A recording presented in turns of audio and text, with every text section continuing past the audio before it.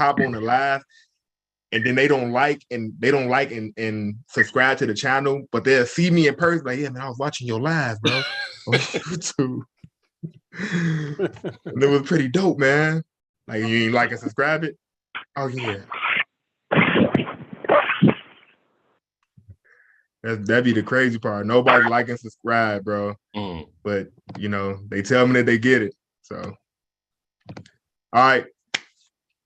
Welcome everybody to episode 6 of season 3. This episode is called The Training Class. We have a couple of our top trainers in the city of Chicago, in the Midwest to me. I'm gonna let them introduce themselves. Before we start this, all right, wait, let's go back. I want to introduce everybody to my co-host again for the night, Mr. Mustafa himself, Mr. Exposure Run himself. Give him a round of applause, y'all. Thank you for having me again. Appreciate it. Clearly, me and Moo understand how to work technology. Our trainers who train our kids, they are great basketball man, but clearly, tech savvy, they're far from it. Like, we got 2 people, they only got videos, but they on here, y'all. We're gonna let them introduce themselves. Whoever want to go first, man, introduce yourself and your brand of training. By all means, Amar, you can go first, sir. Amar Starks, from Chicago. Don't hate on me, Vontae. Yes, I went to Whitney Young High School. I played at Oregon State University and the University of Illinois. And also played 5 years overseas. Now I've been a trainer for about 3 years, and it's been great. I love it every day. All right, we using full government names, or we just using my middle name? You using full government. Look, ain't nobody gonna deport you, cuz. That's right, man. So full legal name, Eliseo Blue Pacheco Cornejo, aka Blue. Born and raised on the South Side. Went to Bogan High School. Played college ball at Candy Kings JUCO, and then finished off at NAI school in Chicago called IIT, Illinois Institute of Technology. After I graduated, I spent a few years playing professionally in Mexico specifically. So, right now I've been training, young people for about, actually a decade now. I actually started off in central Wisconsin, and then we moved back to Chicago. And, now I'm in a situation where I have my own private gym, and it's just been a blessing, right in Inglewood, right where I wanted to keep it. So it's just been, amazing. I know Ahmad understands how great it is to work with young people. So it's definitely a blessing, being able to give back the knowledge, experience, and getting them to understand the importance of using that work ethic off the court at the same time. Man, he's gonna do the interview without even having to get asked questions, Moo. What kind of that is not how this works, Blue. Blue a little older, I guess, man. I'm a little older. Dang, he just did his own interview. It's past his bedtime, man. Blue's normally in the bed by now. Real talk, I'm about to knock out. He just did his own interview. Amar, what is going on with Blue, Amar? I don't know, man. He got to get on and off, baby. Amar low key started this with the whole with the call in, like he Jay-Z or somebody. Man, I tried it. This was just the quickest way to hurry up and get on. I ain't want y'all waiting on me, man. My fault. You good. It's okay. If y'all going to train all these NBA guys, now we got call-ins. That'd be crazy. Man, I'm leaving the gym right now. I need to make it happen. Who you had in the gym tonight? Well, I actually had a couple of high school kids who was in here today. Jermaine Vincent from Hyde Park, Caden Williams, freshman at Shop Prep. I got a good one here. Yeah, Blue, you did any training? What training you do tonight, Blue? Excuse me. Just had a number of shooting machine rentals with college guy, had a JUCO, a few other young guys that were shooting together. Had a few group sessions with mostly middle schoolers today, and just had one of my pros in the gym earlier as well. That was it. Just a few hours in and out today. Move. Before we get started, we're gonna start with these questions. Let me tell you about these two, right?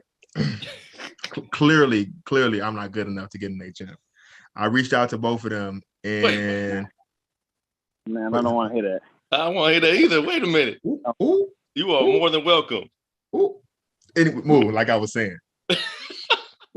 Well, I need to say, like, I've since I've moved to Chicago, I think my second, maybe third year here, I found Blue on Instagram and just blindly reached out to him, and we've been connected ever since. Like, I'm talking like some celebrity DM, like, hey, I see your videos. Can you train my son?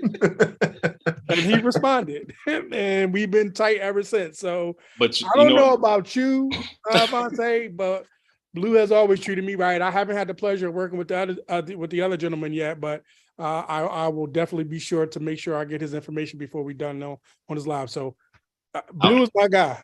I'll say this about Mustafa and his family, man. So, right, they've been rocking with me for quite a bit right now, and it's crazy because that was during the time I moved back to Chicago, and I was literally running gym space wherever I could find it. So they've been to me at Russell Square Park, at 39th and Nashville, I mean, where y'all been a little Hayes Park. We came down to where someone else got the spot now down on, it was like a inside soccer Yeah, thing. that was the 39th and Nashville. Okay. So yeah, they've been, just coming through faithfully for a minute.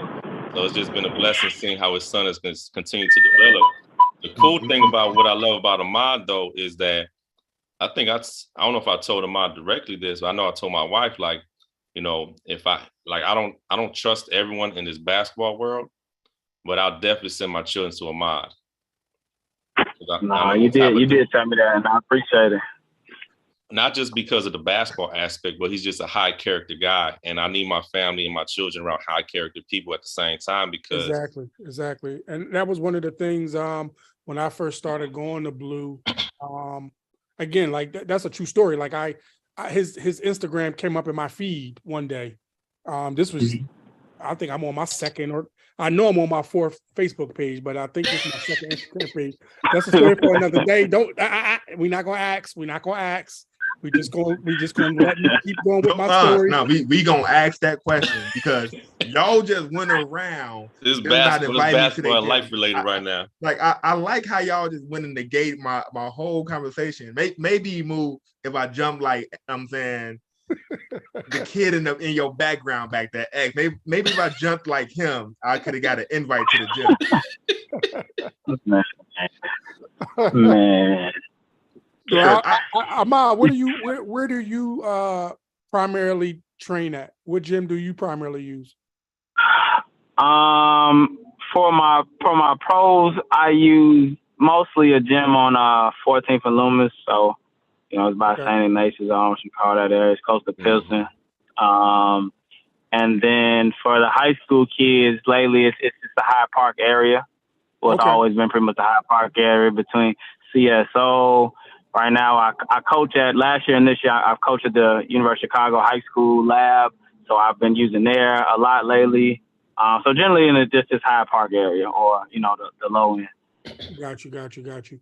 My primary thing with particularly just kind of using my son when it comes to trainers, and I think I just learned, I learned this primarily just by watching Blue, whether or not I'm there with Xavier or just in general, is that, well, first and foremost, I look for trainers for Xavier that is more within my where I live at. Like, I don't want to, this is just me personally. I don't want to travel too far to take him somewhere to get some training. But I realize when it comes to training, like with most things, you pay and you travel for quality, right? So with Blue, like I was traveling, like he was far from where I live, like far. And I didn't realize it was going to be as good as it was, obviously, until I got down there. And then early on, I'm glad Blue was like my first introduction into the training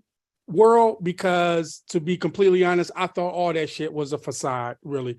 That, I never really understood the whole, I just never really understood it. I really can't put it into words, but I thought the training world, and not that it's not, because it's some whack ass trainers out there, like some real scumbags, but I just really didn't really trust the whole process of training. I didn't really see it. I thought it was a money grab. I thought you got ex-players coming back that just kind of want to, whatever. And it's just like, yeah, I'm good on that shit.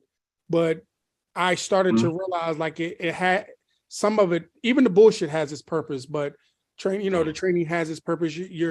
It's about the repetition. It's about kind of giving them tools, putting them in, and that's what Blue does. That's what I like about Blue. It ain't just roll the ball out, set up some cones, and run around the cones and put up some shots. Like he puts them, in like situations. Like he gives them things to think about. Like he puts them in. He kind of like gives them the word I'm looking for is like different scenarios to kind of think about in game scenarios. Like, you got this guy on, and it's not just like a one-on-one straight face. Like he'll set it up where like this guy's coming from this angle and it's another guy coming from this angle. What you going to do? This is what you should do. So he'll ask him like, "But what you going to do?" And of course they always want to shoot the three or kind of split the double team. And he's like, "No, like, sometimes okay, but this is what you want to do." So he's giving them real world or real game experience. So that's why that's what I like about Blue. I appreciate that. Mm-hmm. Because at the end of the day, what me and the mod do, it has to make sense and has to translate to the court. Right. Because there's, like you said, there are people that do this where it's just a money grab for them. And because of that, they're just trying to make sure they just keep getting people in and out the door, whether they care or not. So their line of work might not be what it needs to be. They might just go with all the gimmicks that they see online or social media and just roll with that. And we've all seen plenty of videos online where we're like, man, what are they doing? But then you get some parents that still be like, wow, how come my kid ain't doing that? Right. So, no, for real. So it's crazy. Especially when it's just like a lot of different ball handling moves and just tricky stuff that looks good online, like that's not necessarily translating to the game. It may look cool. It may actually have some value with just repetition or quick pitches, quick reactions, but it's not necessarily translating to the game, just depending on what that is. So that's the most important thing, is doing stuff that actually translates to what you're going to be doing in the game, a strength or a weakness, but something that's actually going to be used for you. It's not, everything won't be used for everybody. Some things obviously like ball handling, shooting, blah, blah, blah, but you have certain particulars where that is just maybe for guards or just maybe for this type of guard or stretch four. So you have to pay attention to all those things, and that stuff is very important. Yes, sir. Yes, sir. But I'm gonna be honest, like even when I run my practices, like a lot of my practice be like skill development stuff, right? So I didn't have to have conversation with parents like, well, when I go to this team or these coaches, they have my kids doing. I'm saying they have my kids doing this, they have my kids doing that, and I tell parents straightforward, I'm not gonna lie to you, mom, dad, whoever it is. I'm not going to teach your kid something in a game situation I wouldn't do. Like that wouldn't be sufficient. Like I'm not going to teach him something that doesn't make sense. Right. I'm not going to teach him to come down for no reason to go between the legs, behind the back, in and out. Like, I'm never going to do that in the game. Like Ahmad known me for a while. I'm not going to do that in the game. Right. I'm real simple, straight to the point. Like, I'm saying, if I'm gonna get a bucket, it's gonna be a quick bucket, straight to the point. It's not gonna be let me come down and go tween behind the back. No, I'm not gonna teach your kid that. Like, I'm gonna teach your kid to go get you a quick bucket, reserve your energy. I'm saying you're gonna need it for defense. So I didn't had a group of kids, man, 2nd, 3rd grade, and we're playing in games, and I'm coaching. And I'm watching the kid on a fast break by himself get to the free throw line and go between the legs, behind the back, Euro, and miss the layup. Right? And I'm like, wait, is anybody defending him, or he just do that? No, he just did it. He just did it. But I'm gonna tell you why though, right? So, and the dad goes, make the fucking layup, right? So I'm sitting there, so he come back down. Now it's a kid in front of him, and he do it, boop, boop, right? And then he makes the layup, and then dad's like, "That's what I'm talking about." So I'm like, after that game, I pulled all my parents to the side. I say, Dad, you yelled at him and you were wrong. I'm gonna tell you why you were wrong. You yelled at him because you're taking him to trainings, right? And his muscle memory kicked in on a fast break layup. He's in second grade, and when he went there, his mind is already going, and it went to what I do in training. Between again, most trainers is cone work, right? I know how to get my layups. Most of the time, I'm not going just rip through right hand layup or full speed layups. I am going between the legs or whatever the dribble combination move. Like I noticed how to get my layup. He went right into boop boop boop boop and smoked the layup because it's training. So I say that to say this: a lot of training right now, a lot of people kind of go into they show you the moves, you do a bunch of the moves, but it's never explained on why, the how, none of that. It's just, all right, so this is what we're doing today. We going do and 10 times, make 10 layups. Right? All right, so we're gonna get to the interview questions, y'all. So we'll start off. First question of the day is what made you want to get into training? Like what was your first kid and what made you want to get into training? Go ahead, Blue. Go ahead. Well, so what made me want to get into it? So it's interesting. So, like many, we want our basketball careers to last forever, right? So mine didn't last as long as I wanted it to, but at the same time, I was already kind of thinking big picture in regards to what I was going to do and transition to after basketball, which was still in basketball. So I really got my very first kid I started working with was T-Baby, Terrence Ford. So I was literally, I started working with him when he was about 8, 9 years old. And it's interesting because, I mean, God works in very, very interesting ways. So I remember where I was still kind of thinking if I was going to go back to Mexico or not. So I was still working out every day at the Y on 6th and Stony. And I remember that I used to always see T-Baby there and not knowing who he was at the time, right? So then one day I'm working out, he comes up to me, he's like, and then it's a little shorty, right? He's 8, 9 years old. He comes up to me, like taps me, and he's like, can I help him with some ball handling drills? I'm like, yeah, of course. And then from that day, like for like the next month, he was working out with me like every day. And that was during the time then we moved to Wisconsin. But every time I came back into town, I used to be in the gym with him as well. And then started being like, because I grew up playing at Marquette Park. Then I just made sure every time I was in town, I was working out with all the kids at Marquette Park. And then I started realizing like, man, I could really like see myself doing this and making this transition into just helping young people, just understand like one, how to, get better on the court, and two, like using that work ethic off the court. Cause that's actually for anyone that's been in the gym with me, like my biggest message is that big picture is to understand the importance of using that work ethic and everything else. Cause Mustafa probably heard me say this, like, you don't want to be 40 living at home. So like, I need these kids and I need these parents investing in the children, not just in basketball, but in other areas. Like I literally have conversations with parents and kids about financial aid, financial literacy, about different professions, and introduce them to different things like that. I had a conversation with one of my guys earlier that I was working with. We were talking about real estate and people I could connect with, have him connect with just to have conversations further. Like I need all these guys, regardless if they're in, they're in 6th grade, a high schooler, college, or pro. Like you have to always start to think, what else is there for me? Because at the end of the day, like there's a lot of, like Mustafa said earlier, it's a lot of scumbags in this. A lot of scumbags. Ahmad would know this. We all know this. Like there's a lot of agendas involved. There's a lot of people that really don't have your best interest. So you have to protect yourself. And two, gotta use that work ethic and everything, man. And for me, like going back to T-Baby, like that really, like he was really a big blessing because I was still mentally not sure what I was going to do. And he really, like, without knowing, gave me that push to want to do this even further. And then just been a blessing ever since.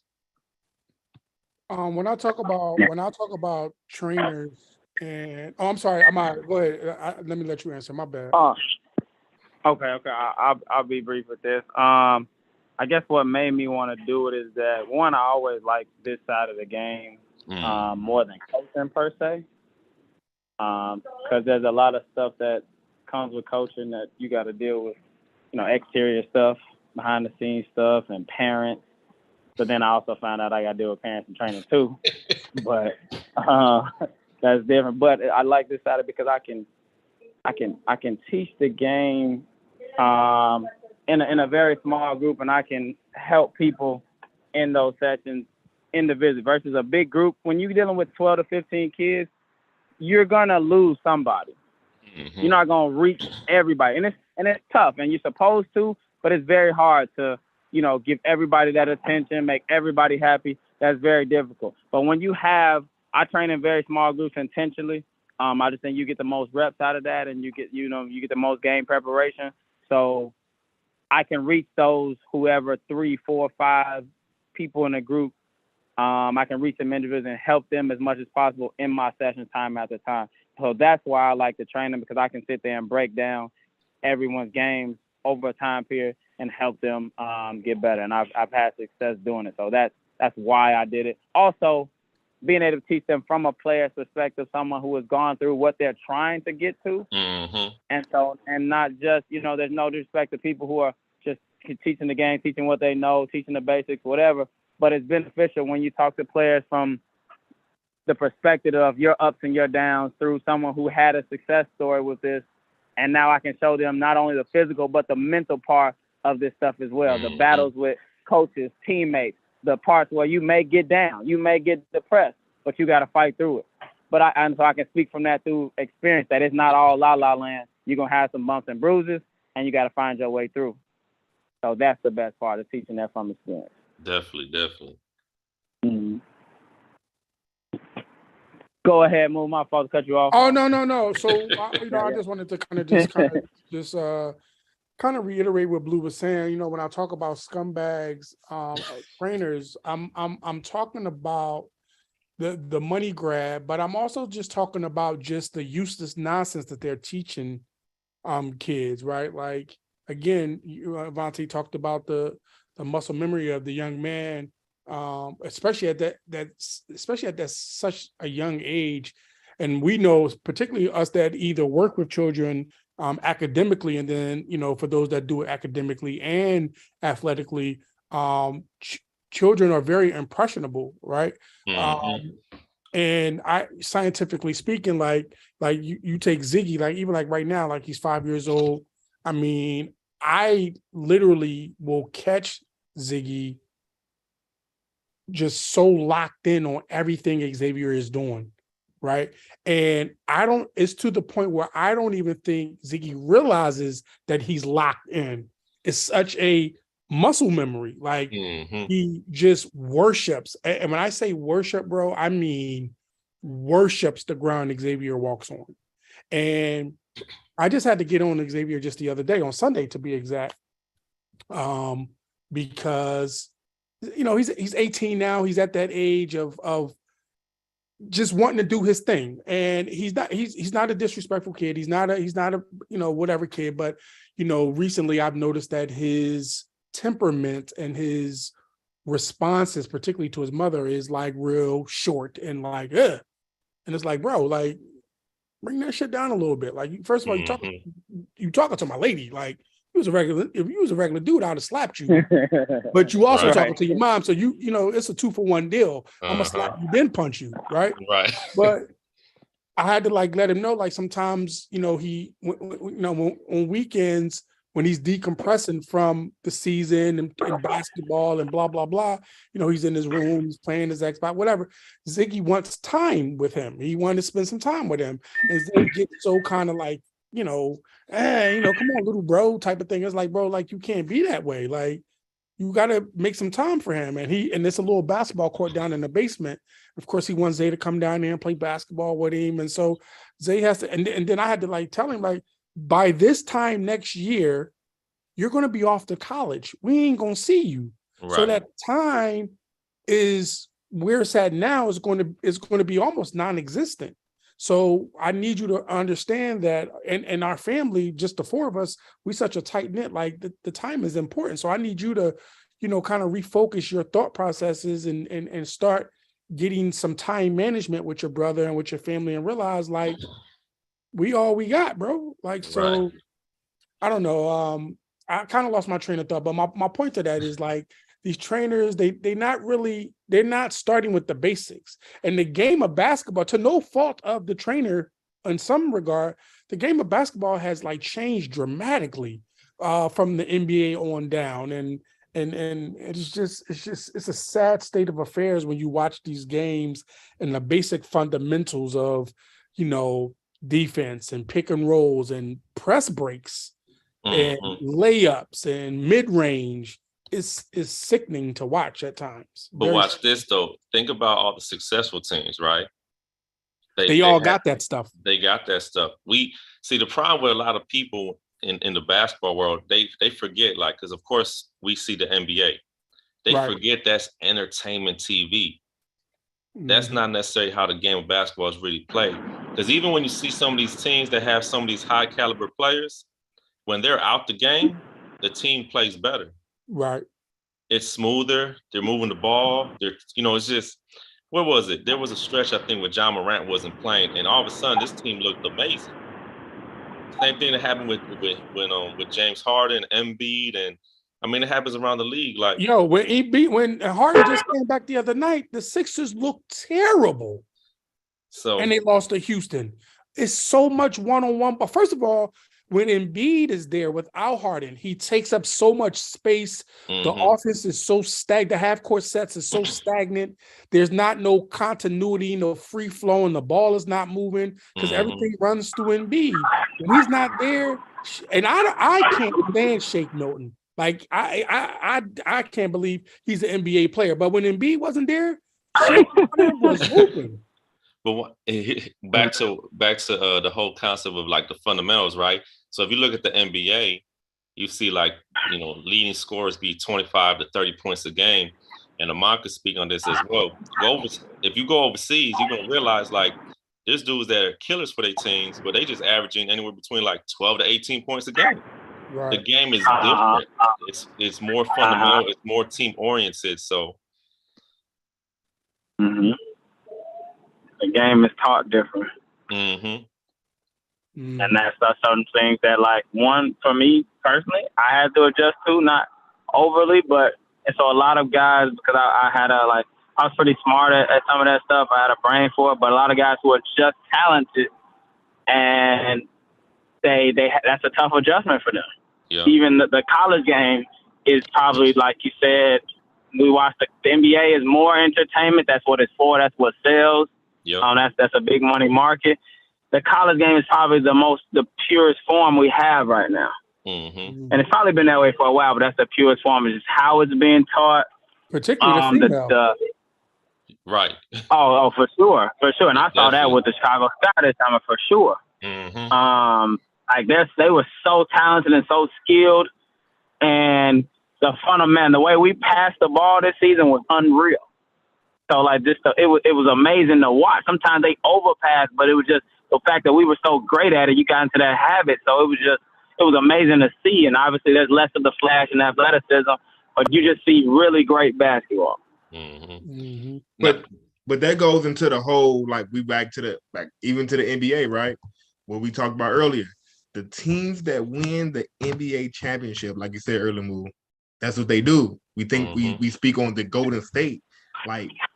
Golden State, the reason why you go there, you have so much success, is their system and the way they move the ball, the way they play as a team, the way they pass, cut, screen, talk on defense, have each other back, hold each other accountable.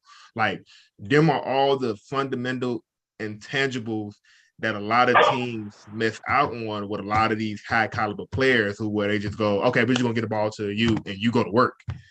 That's not what they do for Steph. They're running Steph. Oh, get the screen. You get the screen. Nope. Come on, Jordan Poole. You get a screen. All right, nope. We set it down screen. Swing the ball. Nope, we're going to pass it. That's a good shot. Get a better shot. Right? And they kill you because you have spent so much time chasing the ball that eventually it's a wide open shot. Well, if you play a Ja Morant or somebody like that, you understand the ball is coming back to Ja. At some point, it is coming back to him, and he's going to kill the clock, right? And that be the difference that a lot of kids don't even know or understand about the basketball game, right? 100%. And I talk to my kids, like, especially my older kids, like before the Draymond Green video came out, when you telling everybody about their roles, like my basketball team will tell you, I tell them that all the time, and it came from my personal experience, right? Like me playing high school, college, and even overseas was like at every level, it was at some point in my career, I had to do and play a different role. When I was at Inglewood, like my role was to be a scorer, right? Like I was the scorer, like give me the ball and just go, right? When I got to TF North my senior year, when we beat them out, when I got to TF North my senior year. Wait, what? I gotta throw that in there. I'm gonna tell you that was a lie. I'm gonna be straight up. I never lost TF North. It may have been something else was going on. I wasn't there yet. I never lost TF North. You might not have been there yet. What year you get that? My first year was 06-07 in high school. You was on the varsity team all 4 years, right? Yeah. Yep. I played up and down. We beat y'all 07 at what's the tournament? Proviso West tournament. Coming out Proviso, that would have been. Hey, Moody got me feeling old right now. Yeah, I don't know, like the 06 Proviso tournament. No, I had to go back and look at that one. It was definitely, it was 06 compared to 07. I would have definitely been on the bench. Dwight and Chris and AJ. Yeah, that would have been Dwight. Yep, Dwight McCombs. Yeah, okay. Keep going. Mm-hmm. And we beat y'all by 25. Dang. What? Wait. What? Like this is. I'm not going for none of that. Like, I'm not. All you got to do is go look it up. Historian, but I don't. We're gonna. All you got to do is go look it up. We're gonna look that up. All you got to do is go look it up. And I'm gonna tell you the play that made us go from it being a close fall game to us killing y'all. It was the White came down, he called an out of bound oof play and yelled at Damon. And Damon went crazy, bro. Like I remember that. I loved when Damon got dunked on because Damon turned into a whole different player. Like other than that, we gave the ball to Lawrence. Lawrence did a lot of our scoring. Me, Damon, all of us kind of cleaned it up.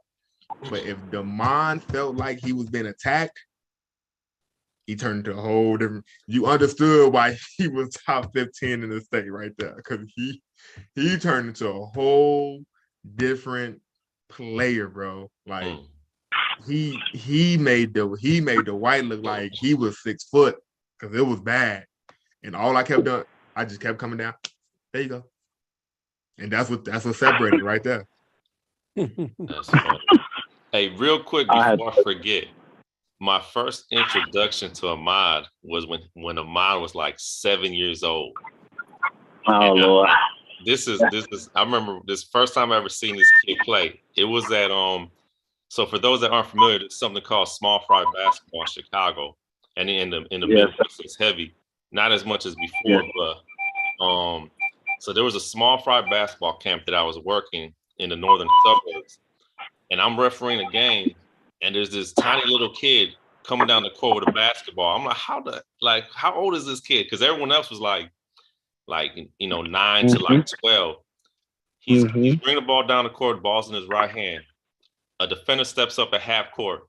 He rocked this dude so hard. I'm just there with my whistle, like, who is this shorty?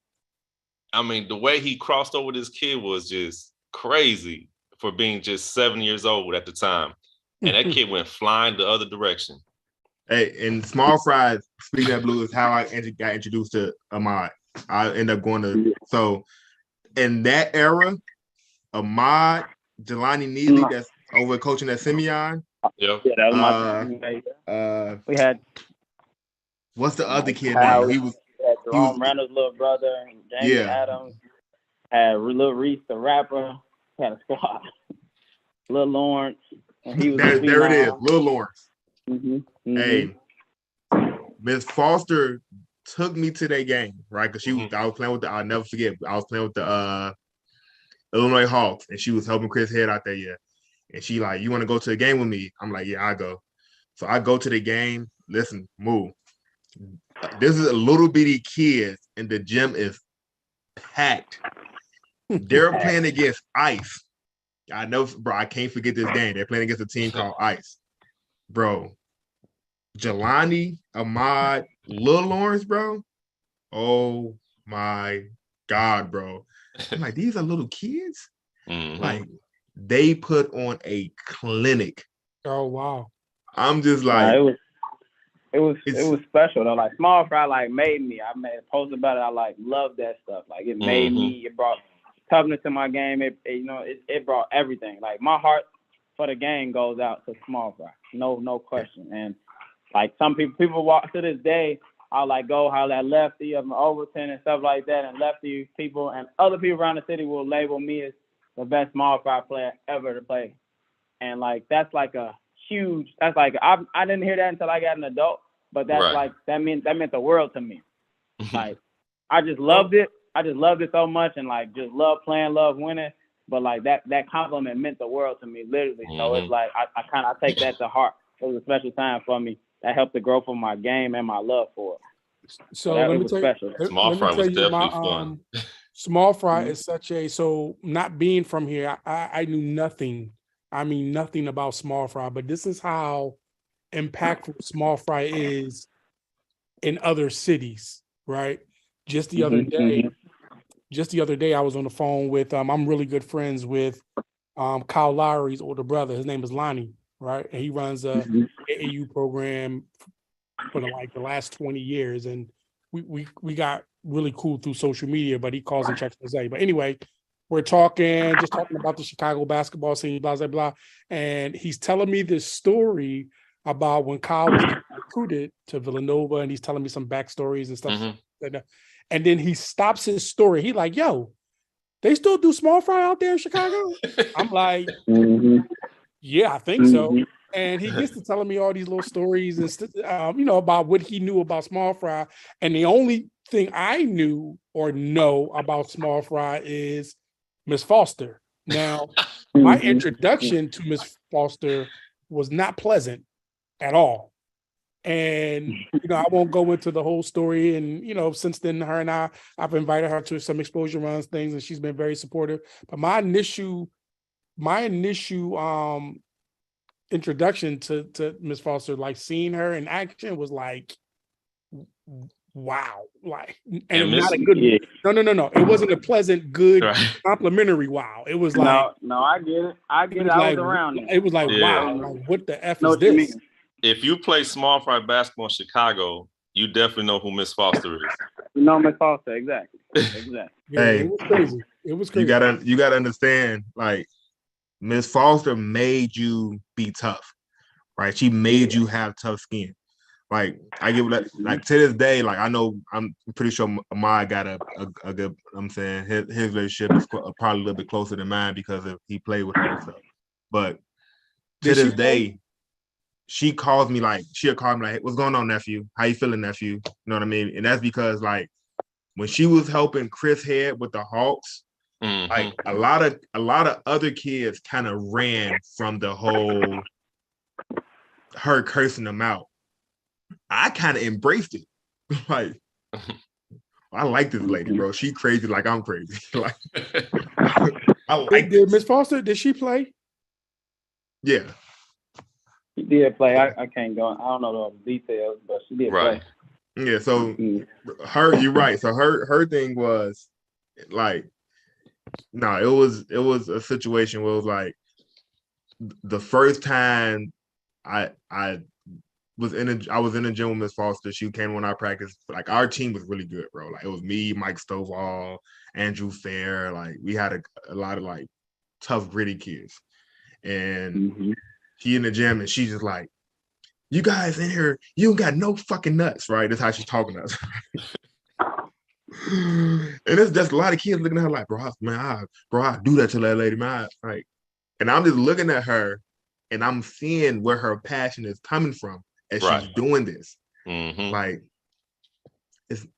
she's not cursing you out from a place of from an unpleasant place. She's cursing you out because her passion, that's her way of getting it out. You know what I'm saying? Like, and she just zero tolerance. And I kind of needed that structure at that point in my life. Like, okay, I like this. So that's how I ended up get to see Ahmad then, because she understood that I was one of the ones that was like, okay, no, I embrace this, and we gonna go see them play. You know what I mean? So shout out to Miss Foster for sure. That's very real. Definitely. Like, it's very real. Just real quick on that. Like, I didn't. I've known her forever, and like, I actually didn't play for her, but she was always around, very close to the situation. But I saw what she did for a lot of people. Like you said, that doesn't work for everybody. But I saw how it helped plenty of people, including a person who's like a big brother to me, my idol, Jerome Randall.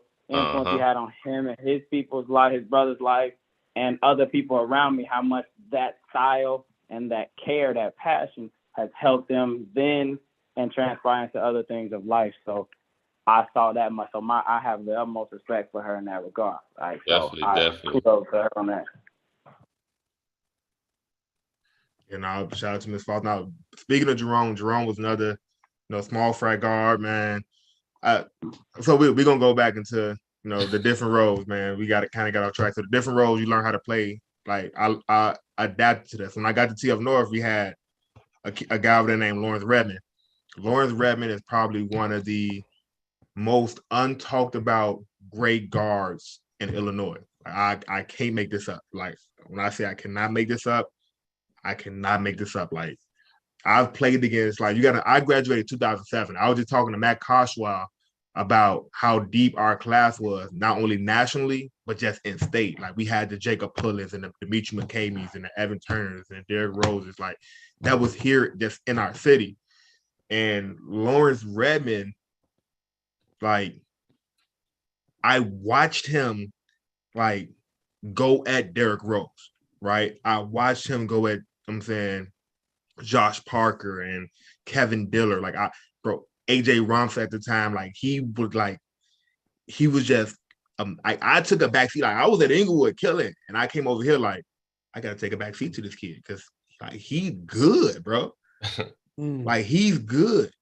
And that's what I'm saying. So that part of my career, to go from being that guy to having to take a back seat for the betterment of the team, like, a lot of kids they don't even learn how to even make that adjustment, right? So when I got to college, it was kind of the same way, right?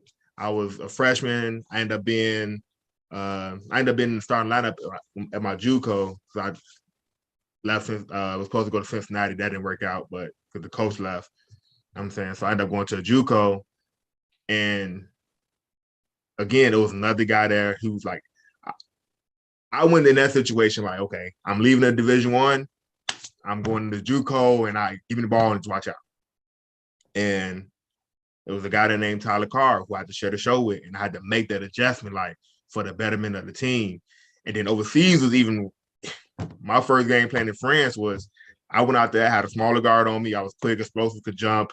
I learned how to shoot. Finally, I have 40. And for me to get that, nope, that's not your job. It's not what we're doing. Your job is to do, make everybody else around you better and all this other stuff. So I had to learn how to play the point guard position and lead the team. And I don't think a lot of kids. How did you adjust to that though? Yeah, like, I don't think they know how to make that adjustment. And it starts with the mental part of the game, right? So that ties in with the training, because I've watched videos of Blue and Ahmad, and I've seen the players they train. You can tell that they're not only pointing to them on the court, but like Blue said, it's the mental aspect of it. Like, and it makes me, even though I'm coaching my team, I just had a conversation with them, just mentally attacking the game. And I don't think a lot of trainers even have that conversation. You know what I mean? Like, that's big. Like, most of the game is won mentally. Right. And learning how to make adjustments on the fly. And it may not be your night. What do you do? Do you continue to just tween cross what you learned in training, or do you make adjustments? Let me go set some screens and get some of my other guys open. Rebound, play. How do you make that adjustment? And I feel like that needs to be part of more trainings than just the tone work or things like that.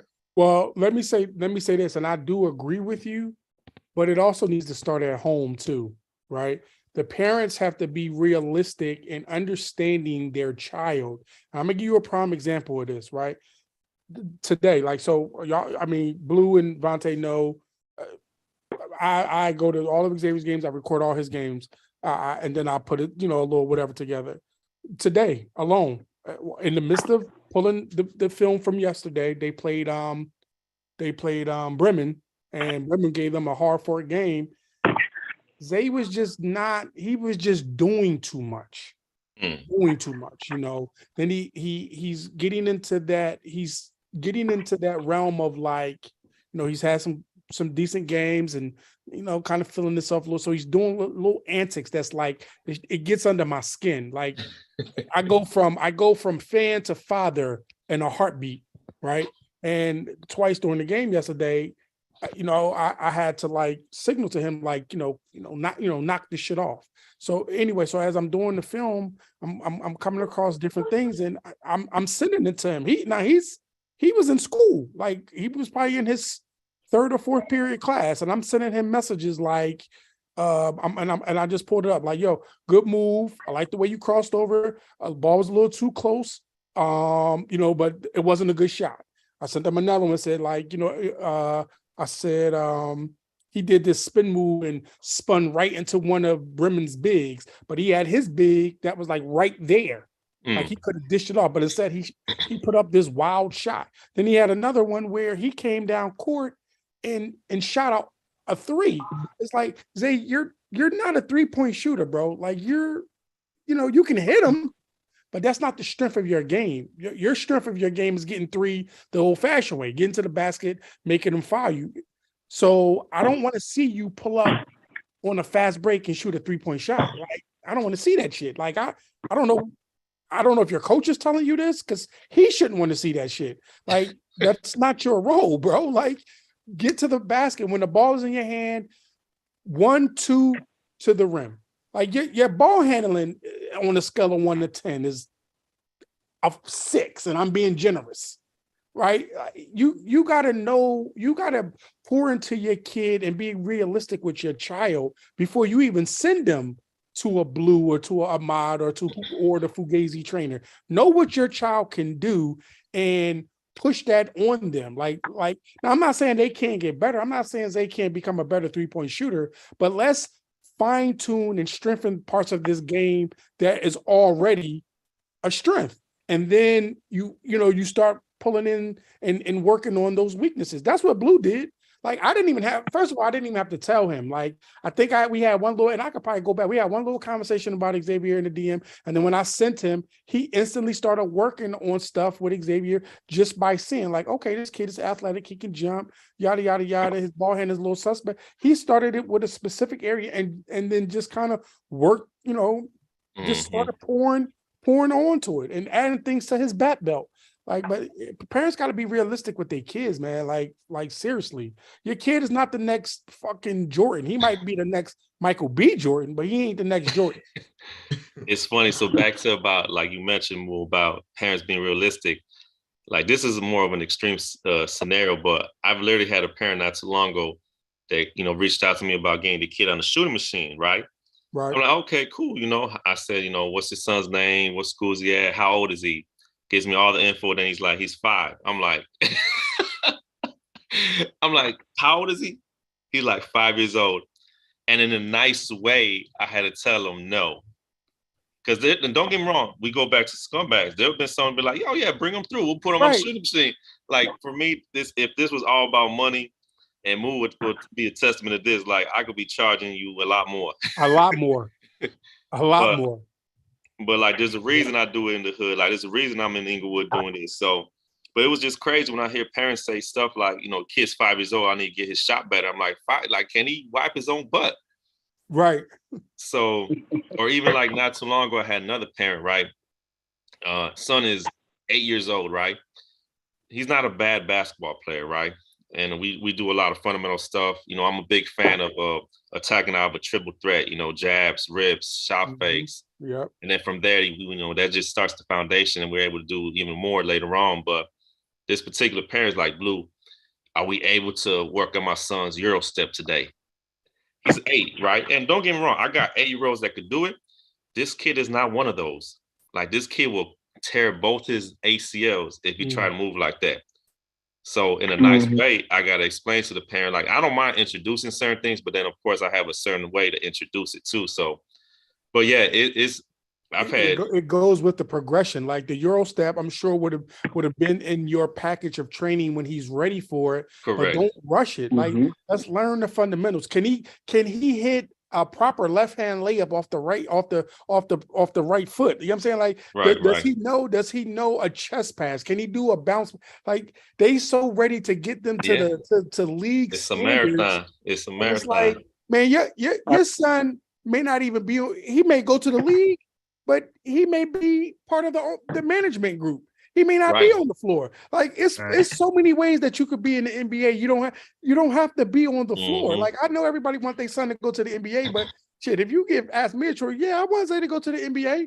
He could play on the floor, but I mean, if you want me to be honest, like, I'd rather him own a fucking team or some shit. Yeah. Like, no, you know what I mean? So be realistic with your children. But the crazy part, and that goes. I'm on the coaching side. I mean, I do training too, but I'm on the coaching side of it. It's like, I've lost full teams, especially with the younger kids, because I won't teach outside of the fundamentals right away. Like, I'm big on pounding like my kindergarten. You can't win without them. Yeah. Like, I'm big on, like, no, we're not going into that. We're chest passing, we're bounce passing. I'm not showing your kid how to one hand cross it. I'm not doing that. I can't do that. I'm not gonna do that for you, bro. If you feel like you got to take your kids to another program for them to do that, by any means, feel free. And that's my pet peeve. I'm sorry. Go ahead. I was just saying, I got out of coaching. I am teaching fundamentals. Like you. I don't come to your house and be like, hey, did you tell your son to put the toilet seat down? Because at my house, we put the toilet. I don't come do that to you. Like, so don't come to me like, well, coach, we want to see. He need to be doing this. And he need to be doing that. Like, it's okay.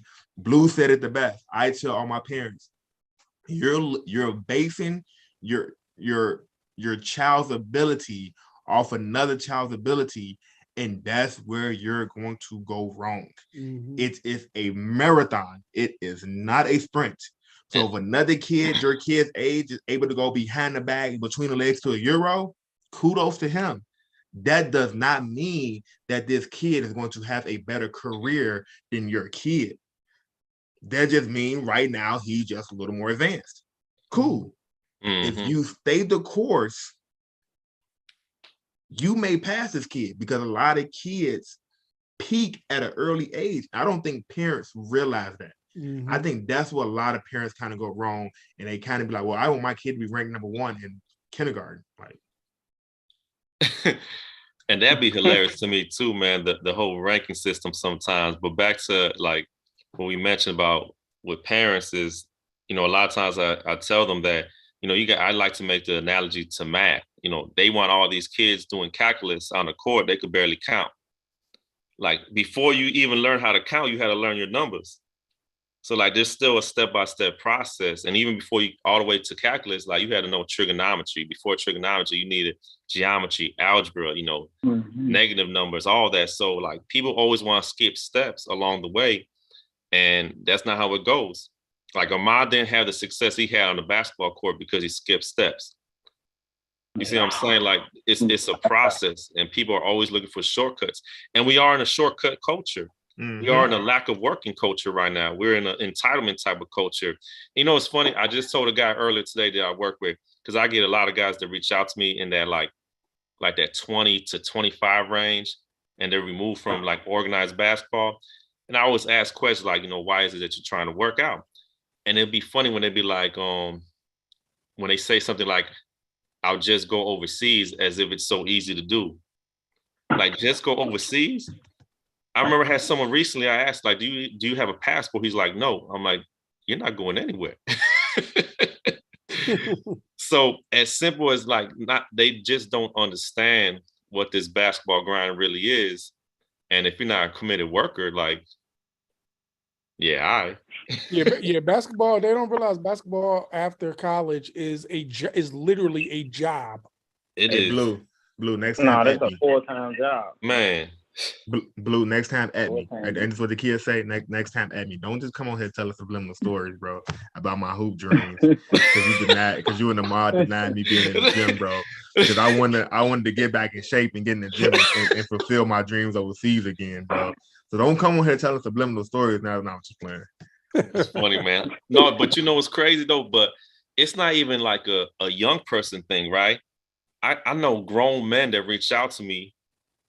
I'm 38 now. So I remember when I first moved back to Chicago. Yeah. All right, birthday boy. I know you had a birthday, Mr. 45. Right. You see the thing up there in the background. I see it. But I remember when I first moved back to Chicago, it's been almost 4 years. So I was about 34 when I moved back. And I ran into someone that I know. I forgot where I was at. He's like, man, Blue, I gotta get in the gym with you. I got some things lined up. I'm like, okay, cool. Here's my number. As he's walking away, I'm thinking like, dude, you're older than me. What do you have lined up? Like, you should be at home trying to make sure you secure your family before you try to secure a so-called overseas job. Yeah. And at the time, he was 3 years older than me. Like, what do you think you got lined up? People can't let that dream go, man. And you know, I got a homie that I went to school with. I'm 45. He was about 2 grades older than me. Uh-huh. He's still trying to get on rapping. I'm like, dog, you need to get that shit up, cuz your shit is whack. He used to send me stuff. He used to send me stuff like, yo, comment on my thing. And that'd be the worst too. And one day I said, I said, bro, I'm gonna give you honest. Anybody that know me know I'm gonna give you honest feedback. Right. Comment on the thing, man. I know you're gonna show me some. Okay. I watched it. I jumped on the thing on Facebook. I'm like, my man, this is trash. This is trash. Like, you should be focused on like your the next part of your life. Man, I was all kinds of efforts. You could have said that to me in my DM. I was like, I tried to tell you, bro. But no. And look, Moo, you brought up a great point that, you know, what's next in your life, right? And that's a pet peeve of mine with Chicago basketball culture, is that we delay our adult life pursuing this. So, but you got guys that are just starting to learn how to live in their 30s. And now you're really behind. So now it's playing catch up all over again. So that's another story. Real quick, let me say one thing about the parent aspect. It definitely is like parents. There definitely are parents that say all that stuff, or they want their child to do advanced stuff. I've had a lot of that as well. But I will also say it comes a part of just being honest with themselves, because some of them genuinely just don't know. Like, I'm gonna defend them in some cases. It's like, I'm gonna just flat out say, like, it's annoying for us sometimes, but it's also the fact that they don't know. They're just seeing what they see, and they like, okay, I want my kid to be good. I want my kid to do this.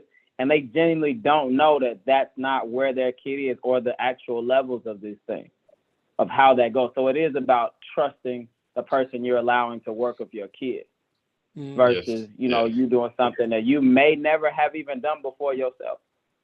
But whether it be that move or may it be just playing basketball. So it comes to a point of just literally trusting some of that stuff, because they generally don't know. It's just a form. So what happens, Ahmad? What happens when you tell them, like, no, he's not there yet, and they still like, no, what he's going to do the Euro? I've never had that particular, so that might be a tough one for me. Like, no, he gonna do the Euro, but it's like, I've had some people, especially whether it not be just that move, or like, man, he needs to be in the gym with these people. Oh, I know that feeling. Oh yeah, yeah. And so, like, he needs to be in the gym, and it's just like,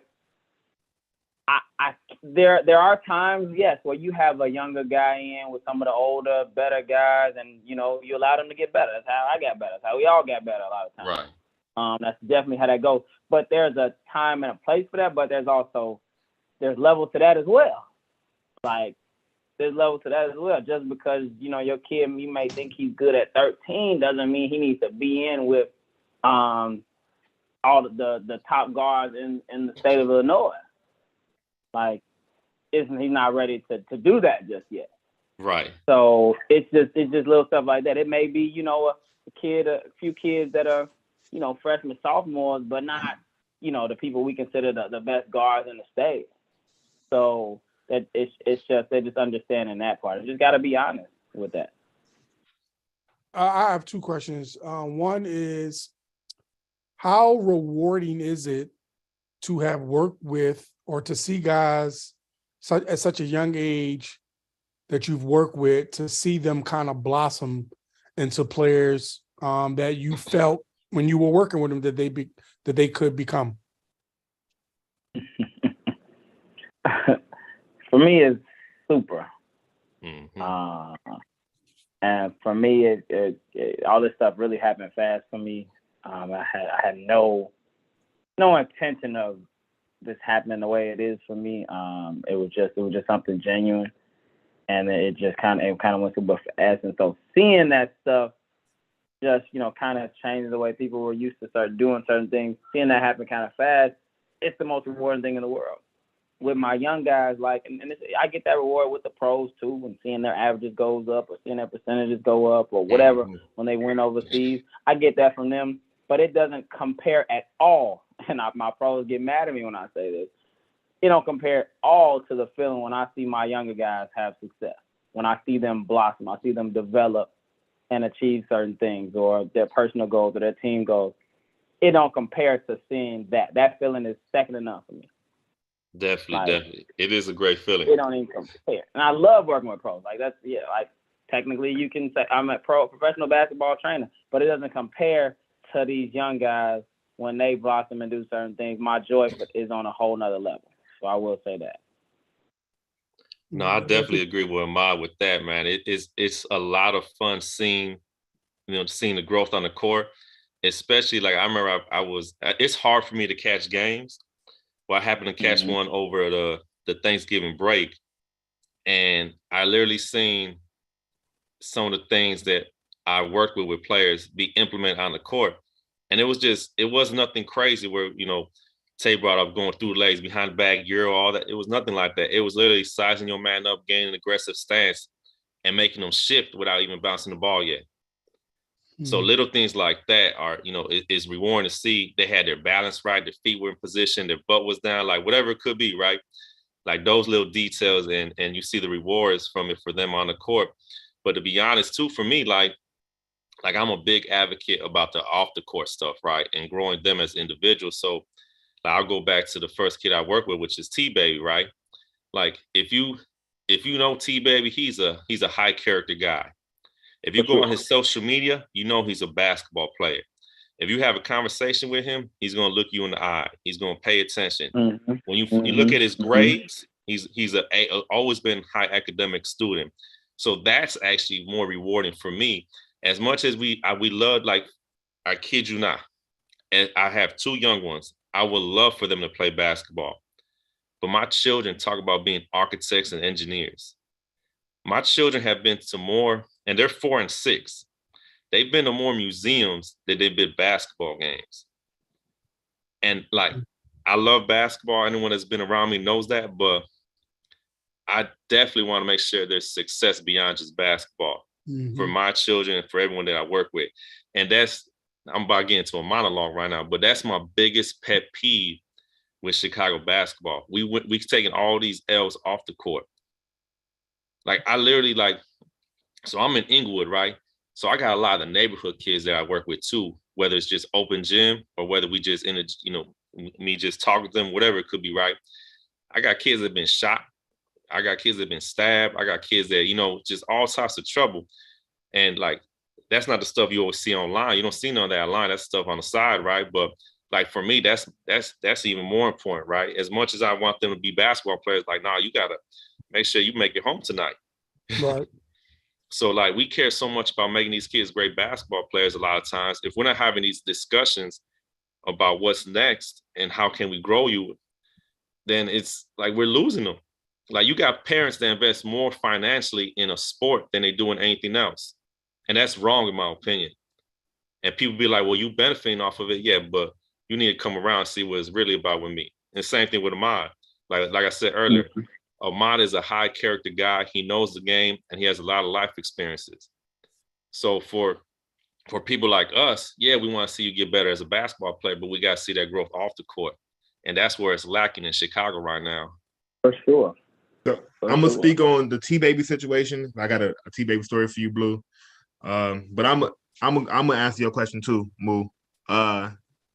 So my story with that is, if anybody knows, like when I first got into the coaching thing, I wasn't like, I'm not gonna lie to y'all, I'm like, this is not something I see myself doing long term. I was kind of actually doing it at that time. I was working for full package and I was getting paid to coach.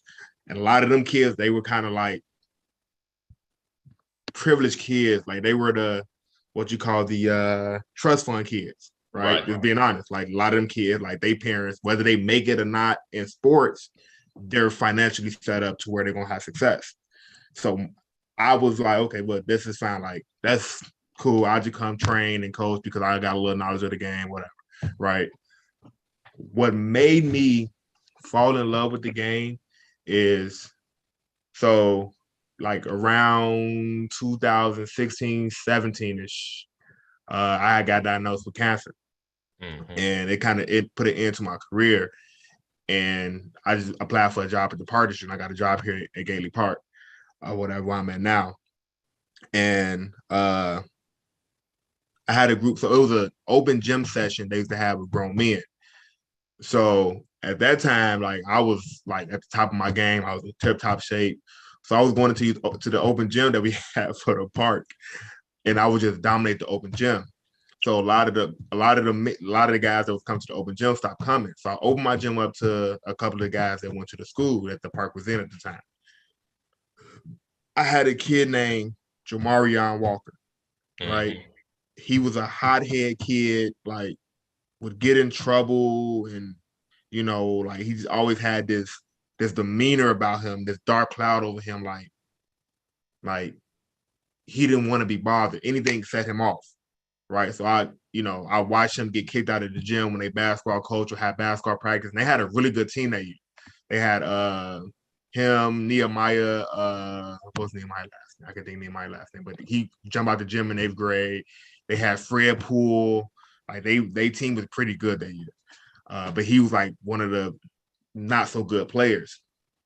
And my fulfillment was, like Blue said, like I watched his journey in basketball, but he is probably one of my best stories because I watched this kid grow as a person and as a leader. Right. And I that aspect of his life was like, it fulfilled my soul. So this will make me start Team More. It was nothing that I lost love for full package. Like I literally just talked to Steve yesterday. Like I love full package and everything they had going on. But once I got into this realm of helping the inner city kids who had nobody that they can really have, like I became not only a coach, but a father figure and a mentor to a group of kids in this area. And that fulfilled my soul.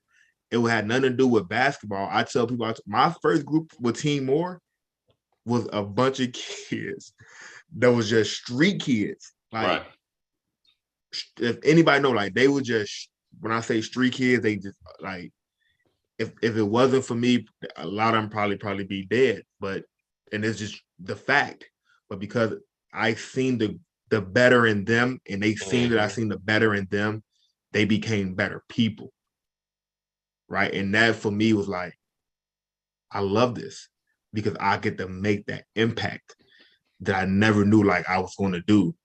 And for me, it was like Jamarion, him and this girl named Serenity, like she was another one. Like I just talked to my kids. I'm a assistant principal at alternative school. I talked to my kids today about this. Like she was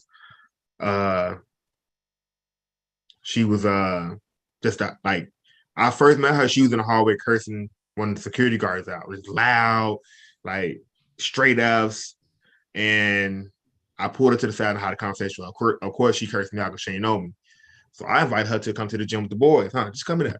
Just come in there. Just be around. Like I just be around some positive energy. And bro, when I say them two kids went from being like the bottom of their class, like Serenity graduated top 3. Like this is a kid that went from straight F's to graduating top 3 in her class in a year. Like she went on to go to Butler, bro, and become salutatorian, graduating from Butler. Like she hooped for Butler a little bit. Like that became like this is what I'm using. This is what basketball is about. Exactly. Right. Not sending a bunch of kids pro.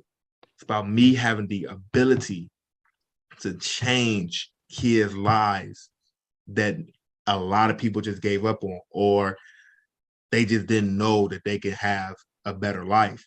Like I'm proud to say, like we may not, like let's not say I can't, because I know I can get a lot of the high caliber top players, right? But I'm proud of myself on my program the last 3 years, sending all of our seniors to school on full scholarships. Like that for me is more fulfilling than having a bunch of high-ranked, top-ranked kids. Like I am having the ability to transform kids' lives for like these kids probably like how many kids really like you have a conversation with them like you going to college and they'll tell you like school's not for me. Right. And then to have the ability to put them into a situation where you only got to pay for school. Right. That's the most fulfilling part about all this. Like not the rankings. Like we finished when I was on prep hoops, we finished top 4 in prep hoops 2 years in a row. Like we went out to Vegas. We played Seattle Rotary. We beat Seattle Rotary with Palo and beat Mikey Williams. Them like I don't even post that stuff on our team page. I post the successful stories that my kids have off the court. Because I'm gonna be honest with you, like basketball is big, but what's bigger, bro, is the impact that you can have on these kids off the court. Because again, everybody's not going to be a professional basketball player. Right. No, very true. Very true.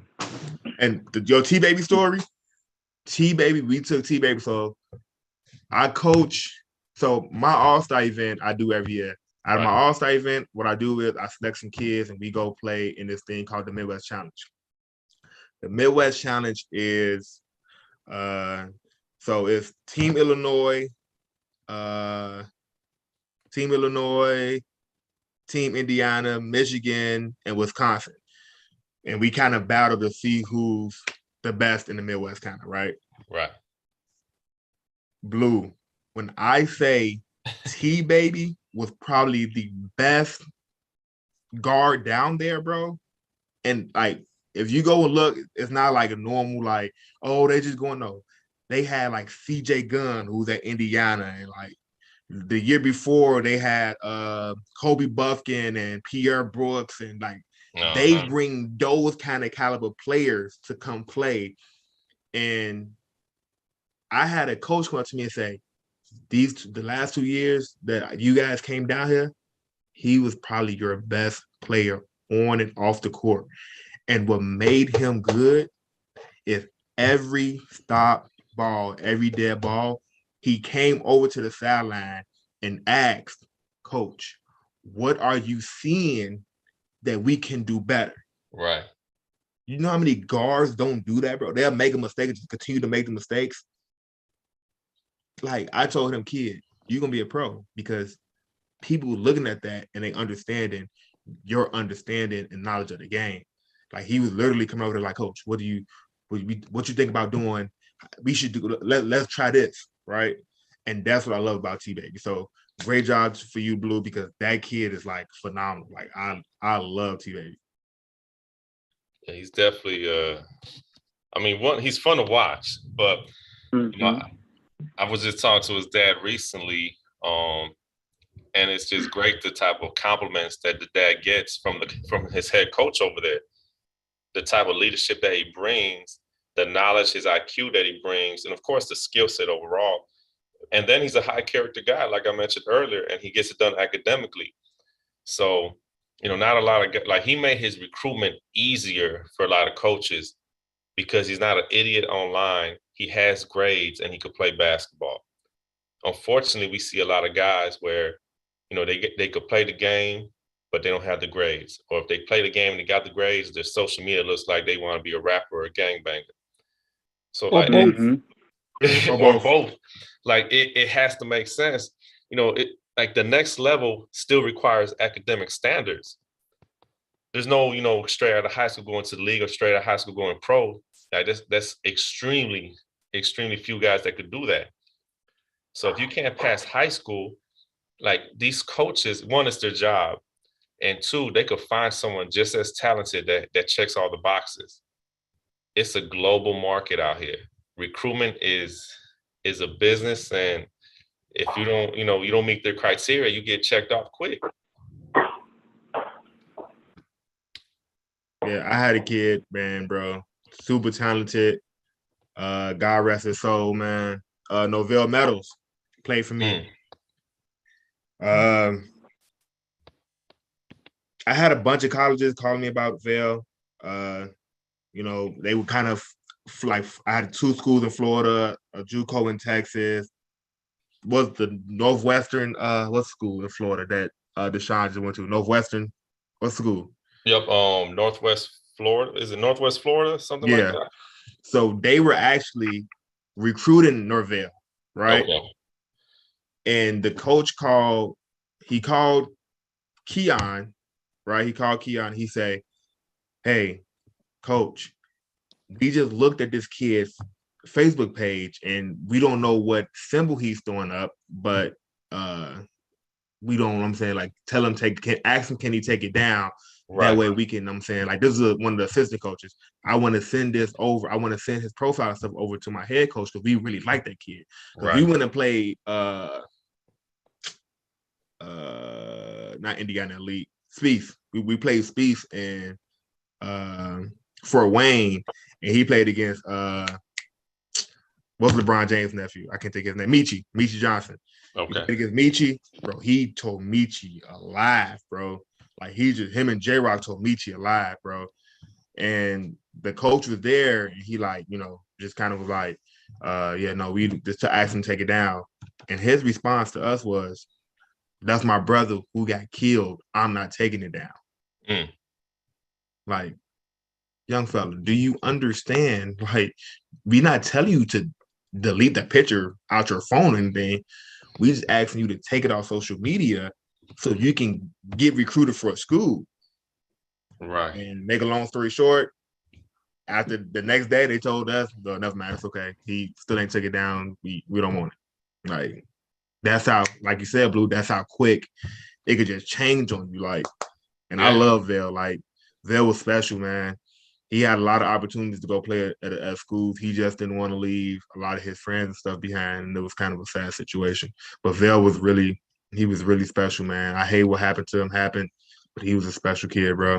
And there's a lot of those stories throughout Chicago, man. That's the sad part. And back home for you too at Philly. Like, Philly got a lot of good basketball, man. People don't be paying attention, but it's the same situation out there too. It definitely is. And unfortunately, I'm not as tapped into the Philly basketball scene as I am here.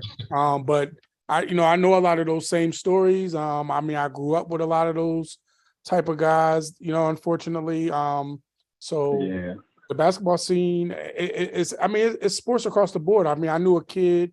I don't know if you guys are familiar with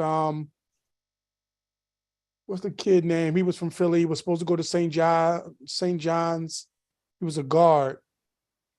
Rasheen or Racine something. I gotta find his name, but he was supposed to go to St. John's. Full ride.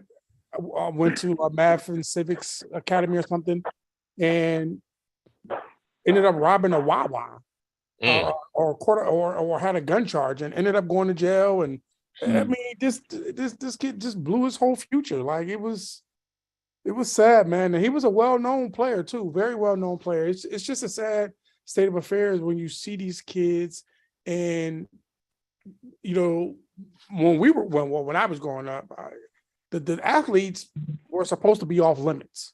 Right. You know what I'm saying? It's like you're supposed to be the OGs and, you know, supposed to have an arm's length away from, right. Young fella, you going places. You don't need to be out here on the block. I grew up in that era, in the era of the OGs, whether, you know, it's like if you had something going on academically or athletically wise, they ain't allow you on the block. You can't be out. Take your ass in the house. Go to the gym. Go to the library. I grew up in that type of environment, so but it's definitely different now. And the sad part is this. I just said this the other day on Young Ballers. This is about a week or two ago. I got into it with one of the kids on Young Ballers thing. I got to stop. I told myself I'm not going on those lives no more because kids is too disrespectful, man. It's like, how you a fucking suburban kid and you a gangbanger? You know what I'm saying? Like, you live in the suburbs, bro. Your mom, the gangbangers, again, when I was coming up and not knowing much about the gangbanging here in Chicago before I moved here, is like most gang members are affiliated or they gravitate to that to look for like acceptance and fatherhood and da-da-da-da. Most of these kids come from 2-parent homes. You a fucking gangbanger?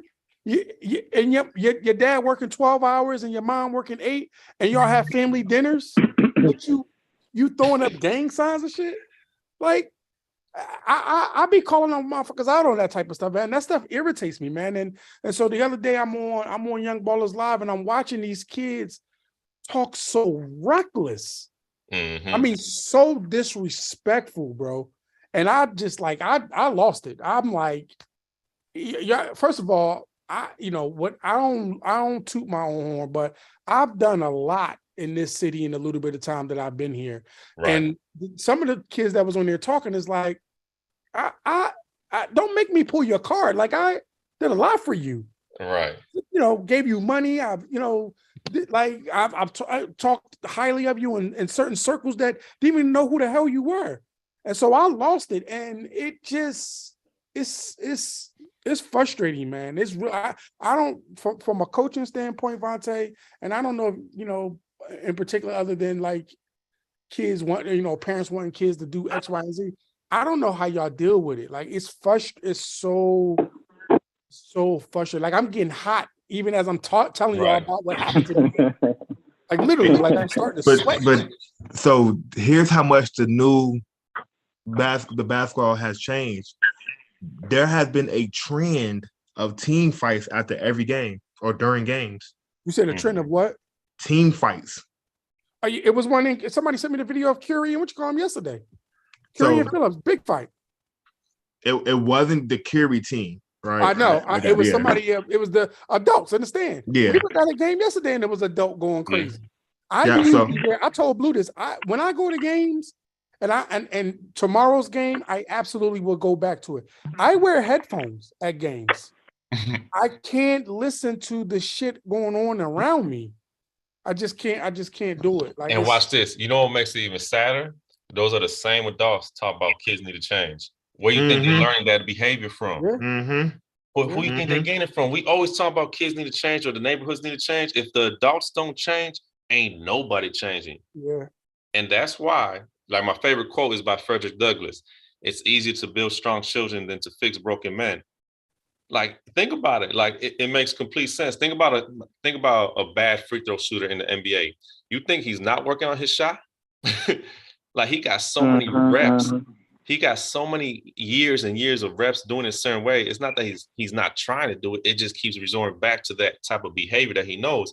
So same thing with these adults. Some of them are trying to change, a lot of them really aren't. But those that do try to change, sometimes it takes that one trigger. It's like, man, whatever, I'm back to who I was. You know what I'm saying? Mm-hmm.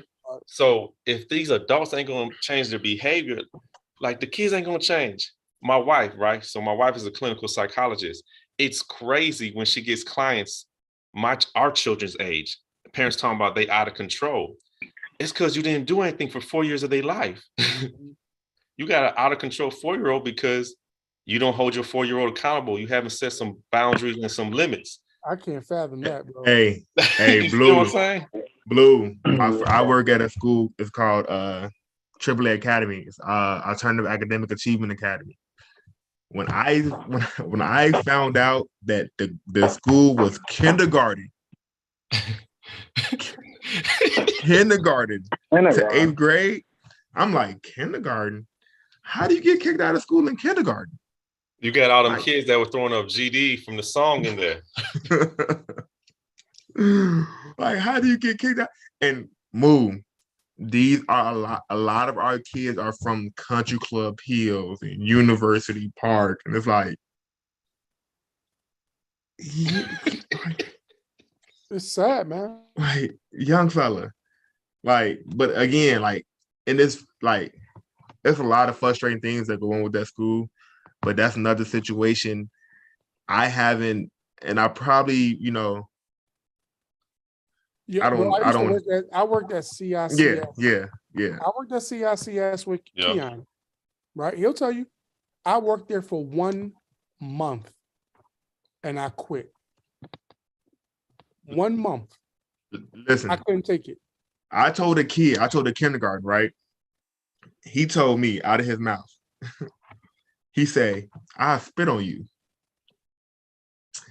And I told this kindergarten, and then you're going to be calling your parents about taking you to the dentist because I'm going to knock out all of your teeth. And from that point forward, he just looked at me like, okay, yeah, he not the one, you know, right. And that's, so I'm able to walk around the school, and a lot of kids kind of have a different respect for me because, one, how I talk to them, you know, in a different kind of, it's not like, I ain't gonna lie to y'all, I don't be around the school like, you know, it's okay, or you got to sit down, or this is gonna be happening. No, I kind of keep it. Hey, look, I ain't gonna lie to you, young fella, keep acting up. I will whoop you. Like, you will get a real whooping. Then I will call your parent and tell them I whooped you. Yeah. Like, are you losing your mind? You can't be this crazy, bro. Bro, when I was the dean of the alternative high school I was working at, bro, them kids, they didn't see the kids. They can sense that fear, that you know, that unwillingness to challenge them. You stand around and let them know, like, listen, I'm not. See, these kids, they want to be held accountable. Mm-hmm. They want to be loved on. They want to be taught. They want to be, you know, shown responsible. They want that stuff. They do. It's just they know who they can try. Believe me, they know who they can try, and they'll test you early on. You stand your ground and you let them know, like, hey, listen, like I hear what you're saying, and I respect all what you're saying, and I'm listening, and you may even well do all of that stuff, right? You may spit on me, or you may knock me out, or swing on me, or whatever, or you know, on the guys and all that shit. Cool, but are you finished? Because this is what I'm gonna do after you do that. Okay, I'm gonna call your parent, let them know that we need to arrange an emergency dentist meeting. I'll probably lose all my licenses for working with kids ever again, but I'm gonna get my lick back, young fella. Like, you ain't just gonna think it's just gonna be sweet, right? But I would rather it not go there, and I would rather us just kind of sit down and have a conversation. You let me know what triggered you. I'll let you know how I can help you avoid those triggers moving forward, and then we can have a productive day. So the choice is really yours on how you want this thing to go. And the crazy thing about that move, so when my first week at the school, right? They had this kid. His name was Kenyon. His name was I remember, like, I think like Kenyon Davis. So his name was Kenyon, right? So they prepping me like, yeah, it's a bigger kid. You know, he's a little bit shorter than you. You know, he's a bigger kid. Like a lot of the teachers in there feared this kid, right? Because he was a little gangbanger or whatever, yada yada yada, right? So again, I went to Inglewood Technical Preparatory Academy. I don't think people understand what that we was East Side High, literally, right? So we had 20-year-olds in the back of our cafeteria because they just they didn't go to no class. They were just sitting in the lunchroom all day, bro. All day and long. Felt like they ran to school. So nothing that you're going to say to me. I went to I don't think people like that school. We went to people who committed murders and came to school the next day like nothing happened. Right. Right. So they telling me like, yeah, this kid is this, he's that, ooh, blase, blase, right? So I see the kid in the cafeteria. The first thing I do is go dap him up. Good, young fella, you can? Yeah, I'm keen. I said, how you feeling? He said, I'm good. I said, cool. I just wanted him saying, introduce myself. I'm saying, Mr. S, you can call me Coach Tay or whatever, yada, yada, yada, right? So he had a decent day that day, right? The next day, the teacher, his name is Mr. Vassar, he kind of was sizing him up like, I'm saying like, man, say something else to me now, I'll knock you, like just going off, right? I sat back to watch how he was going to react to him, right? Let me see it, because they told me this kid was crazy. Let me see how the adult gonna be acting, because this kid is like, nah, bitch ass nigga, I do that to you, nigga. I had people come up and kill you, blah, blah, blah, right? So after a while, we're like, okay, enough's enough, bro, because he going overboard. So I pull him to the side, and come on. See, I ain't going to, man, come on, bro. Nah, you come on. Right, this is how I'm talking to you. I ain't trying to hit none of that. Come on. So I pull him to the side, and he's just going like, do that to you? I say, I'm gonna wait till you calm down, because I don't respond to yelling. I ain't gonna lie to you. I'm not them out there. Like it's not gonna go there. So I said, look, I'm gonna tell you this. I don't give a damn about losing this job. If you put your hands anywhere near me, I am going to beat the hell out of you. Understand, you grew up in the streets, so did I. And I understand that once you put your feet in them adult shoes, you are no longer a kid. A child. So understand, you put your feet in them shoes, you gotta be prepared to wear them, because I am going to wear you out. So I advise you to bring it here so we can have a conversation, so I can figure out why you're upset, right? So he looked at me and was just like, well, man, he just kept talking to me like, yeah, okay. Like, he ain't crazy. He gonna try you if you don't, you know what I'm saying, stand your ground. And that kid went on, so, they got like a little 45-day little program. So if you do good for 45 days, no write-ups, you got your academics together, they let you out of there, right? They were so surprised because they like, this kid is never getting out of here, yada, yada, yada. 45 days after that, he was back to his regular school. Yeah, man, you really just gotta show these kids, like, listen, like I want to help you. I'm here to help you. I'm gonna treat you like I'm gonna treat you like a human being. Right. I'm gonna treat you like a human being, man. And that conversation, and I had that conversation. Say this: once all the other kids seen that, they just kind of fell into place. Like, okay, yeah, if Kenyon is going to bow to Mr. E, then we have no choice, because clearly Mr. E got some kind of rank or pull, whatever he got. I don't know if they train you on this or not, Tay, but that's actually a behavioral, it's a thing. It's called Polsky's Diamond, right? And Polsky's Diamond, what that is you identify, there's like subgroups. So you got the leader, you got the, and I forgot all of the names for him, but it's basically the guy who's like the scapegoat, the guy who is like, I forgot all of them, but like clearly Keon was like the leader. And so you just, it's like a jailhouse tactic. You go in, you identify who the leader is, and in some cases you knock his ass out, or in other cases you kind of befriend him. Like that's a real thing though. It is. And since then it's kind of like I walk around there, they be kind of like, I ain't gonna lie, my director sometimes, she kind of like sensed that, like so her thing was, so she tells me all the time, they listen to you because they believe you're their friend. No. I'm never no kid's friend. No.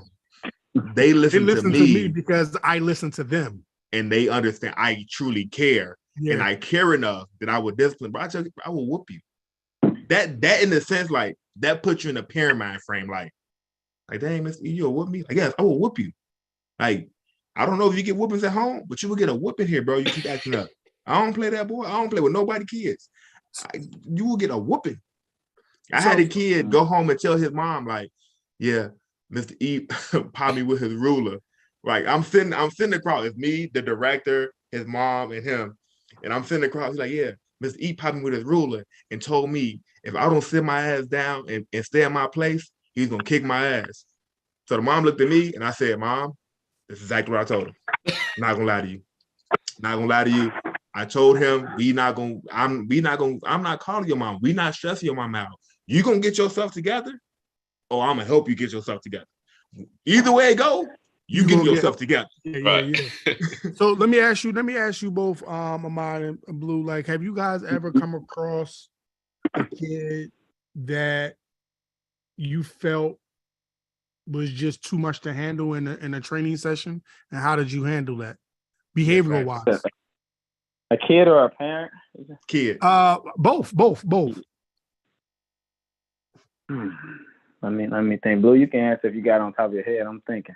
I've had several scenarios throughout the years, with parents and kids. But for me, like one, you're not gonna intimidate me or scare me, right? And two, I actually care about you. Even if it's the first time you came to the gym with me, and you're gonna feel that I actually care about you, or I won't have you around.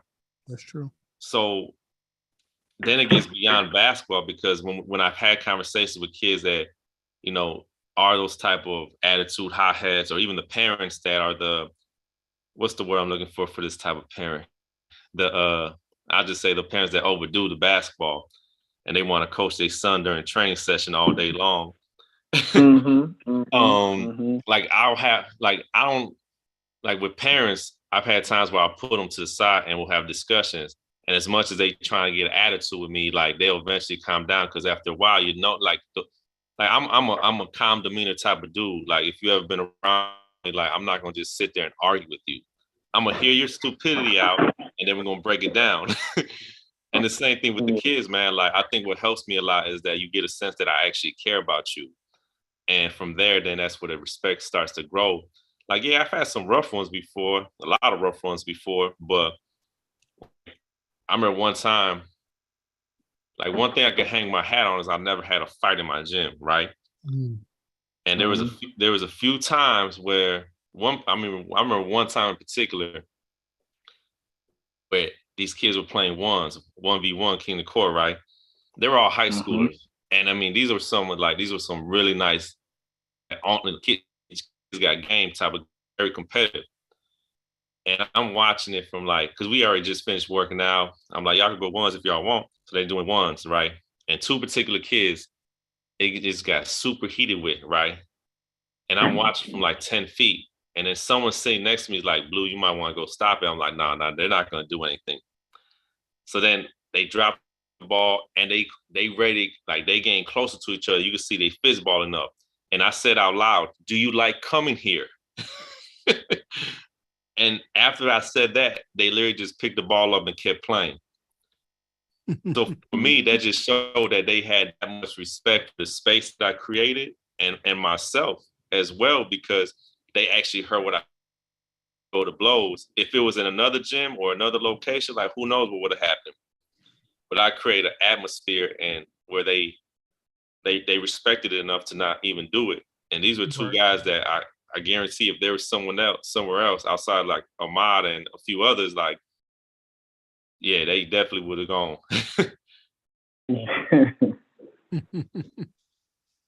I would say, yeah, never to that extent. Like, I've never had fights either. Two things come to mind. As one, like, one of my a client I'm really, really close to, got a great relationship with, and helped him a great deal. His father tells me all the time how grateful they are for me and how he's going to visit. He got a scholarship to Division II school, and otherwise, about probably with my help, his father said this wouldn't be possible. So the kid wasn't good when I first got him, but he would come to the gym and he'd just get to playing around with his friends, and he wouldn't be focused. And I'm like, I take this very seriously. One, this is my job, but right. Two, this is how I approach this. And quite frankly, that's usually the people that, and you don't have to be the best player in the world, but I particularly want people who take it seriously for whatever capacity they want to do it. And I didn't like that. It was disrespectful. Like, he wasn't listening, just goofing off. And so I was about ready to kick him off. And I told his father, I talked to him about it a little bit. And soon after, the kid was hitting me every single day about getting in the gym, every single day. And he showed me, like, he was focused. He wanted. It would be 8 o'clock at night, every night. I knew I was getting a text from the kid about what time to come to gym tomorrow, And he was there every day, getting better. And that led him to, going to college for free. Right. Which is all about, you know what I'm saying, which is what it's all about, which is a major thing for people. So that did change into something great. But at first, move, I was hot. Like, you're not coming in here just to goof off every day just because you may know a couple kids in the workout. It's not a playpen. This is serious business. So it was that. And then I've also had, like, the parent on the sideline yelling, going crazy. Whatever, your handle bad, shoot the ball up, whatever the case may be, going crazy. And I've pulled him to the side before, and he even said stuff like, man, son, I'm paying for this. Man, like, I'm paying for this stuff. You got to get it together. And that's like the total opposite of something you want to say to your kid. Like, you don't bring money in the situation at all. Mm-hmm. In those type of moments. So it's like I've had to have those conversations, and I'm like, we got to cool this out. For the betterment of your kid, for your kids' development, and also for you and your son's relationship, which is even, even more important. Yeah, exactly. Like, you will crush your kid because of the way the basketball is being handled. Now that relationship off the court will be strained, and that's the most. You definitely don't want to do that. So skip all this basketball stuff. That's worse than all of it. Yeah. So I had that conversation. He understood, and it got better. So that was great. That's a great point. Next question, man, is what is your approach to a training session? Like, how do you approach the day? Like, knowing you finna go, like, today I got training with, some pros or the kids. Like, what is your approach for that day? Well, it always varies on who it is, right? So, like, like, if it's the pros, a lot of times, I gotta talk to them first about, like, okay, how are you feeling physically? What workout is this for you today? Because sometimes they do 2-3 workouts a day, so I have to understand, okay, we're not trying to kill you today. Are you recovering from injury? If so, what it is? Then we gotta make sure we go through a proper warm-up, a dynamic warm-up, whatever, areas we gotta target. But with the younger crew, for me, it's always fundamental first. And that's actually the same thing I do with the pros and the college guys. Like, when you're young, you gotta learn fundamentals. And as you get older, you just gotta make sure you stay sharp with your fundamentals. Right. So either way, like, you can't skip footwork. You can't skip triple threat. You can't skip certain things because it translates at every level. So that's kind of the approach I take. And I'm same with Amar. He's a big situational guy too. Like, if you're not a 3-point shooter, we're not gonna be shooting threes all day. Mm-hmm. If you can't, if you can't handle the ball, then that might be a point of emphasis depending, what level of basketball you're playing at. So, every group, every, partner workout, every, whatever it could be is very unique. But there's certain things, like, for me, I'm a big triple threat guy. I'm a big mid-range guy, and I'm a big situational guy. And it's not always situational where everything's offense. We do defensive stuff too. We do a lot of passing stuff too. I'm a big ball screen guy too, actually, where that goes back to situational. Because, if you can handle a ball screen, you can handle anything on a basketball court. Because that's a small space to operate with 4 people in a tight space. So That's kind of the approach that I take. And I see similar things, of course, with Amon too. But that comes because he's played this game. He knows, especially at the point guard position, so he understands, you know, what guards should do, what bigs should do, how they should move, where they should, you know, get those looks and openings too. So. That's when Amon had the braids. That's a special version of me. No, it's the same thing. It just varies. The key, especially with anybody, especially pros, because they're at this daily. This is their profession, so you big on their bodies. But especially with the kids, and I talk to them about that as well. Like, man, you've been in the gym all week. Nah, we just gonna get shots up. Right. Or whatever the case may be. Or nah, you ain't did nothing. Like, if you haven't done nothing in a while either, we also can't just go all out, because this is how you get injured. Yep. So those things that play a factor versus just saying, "Oh, you ain't done them out, I gotta work you." No, it's kind of the opposite. We need to ease into that, and then as we get day 2, day 3, day 4, we slowly start to rev that thing up, and now we're getting active. So that's super important, because, you know what I'm saying, without your body, none of what we're talking about matters. If you're not healthy, that doesn't matter. Then it's just depending on the type of player. Like, if this person needs to work on the 3-ball, we'll spend extra amount of time on that. But I still like to hit on your strength. There may be a day where you just go all out on threes if that's what they need to work on. Then other days you spend time on that, and then you work on their strengths. I'm a big believer on do what you do well. Right. You need to do that to keep your job, or you in high school, college, keep your position on the floor. You got to expand your game. Coaches always want to see that. But at the end of the day, if you doing something very well on that floor, that's gonna keep you on that floor. Right. What you do well. I like that. You have to be productive to stay on that floor. So don't just go out here and trying all new stuff just because they said we got to expand your game. That don't mean you just shoot a bunch of threes. Nah, that means we want to get better at it. Unless you Dwight Howard. Take away your midi. Unless you Dwight Howard. Yeah. Man, that's different. Crazy out there. You know, that's it. Like you said, that's a different story. After you'd have made all these millions and you potentially a Hall of Famer, that's a different story. Homie having fun you out ain't there. Yet. He the white. I mean, he the White Durant over there, boy. He taking ball screens. Oh my God, heavy pulling. You know what I'm saying? So that's he on his way to have be a Hall of Famer most likely. So there's one of few that can go ahead and do stuff like that. What have you guys, since you both have started, what have you noticed that you've changed about your training? Like, you know, did you change? Did you take anything out? Did you add? Well, obviously you added some stuff, but what have you guys changed since you started training? Wow, that's a great question. It is. I wouldn't say that I've changed much. This then has less to do with basketball. I've grown as a person, right? Specifically since I had children, about, like how little basketball really means to me today versus back then. Right. And that's children to do that. Yeah. So it's not that basketball can be a blessing, but like we talked about, think about this. What, 90% of this conversation has had nothing to do with basketball. Mm-hmm. So for me, that's more rewarding. Yes, don't get me wrong. I would love to see these kids be great basketball players, but I'd rather them see them be great fathers, great spouses, great, professionals and other things besides just basketball. Because basketball and sport has there's a deadline on that.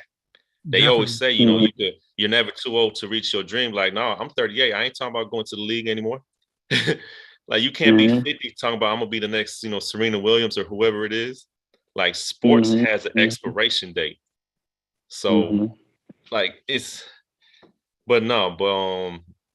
I've just matured so much more since I started in terms of, my conversations with young people isn't solely about basketball. It's more about taking advantage of the opportunities basketball presents, and 2, just keep growing and invest in yourself as well. As easy as just reading daily. Like, I got a kid that, he reads it's insane how much this kid reads. And now he always telling me about the books that he's reading. I'm like, man, I need you around my children.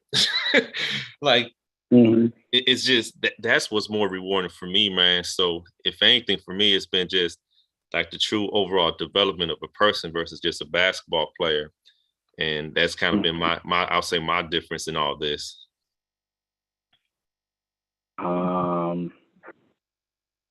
I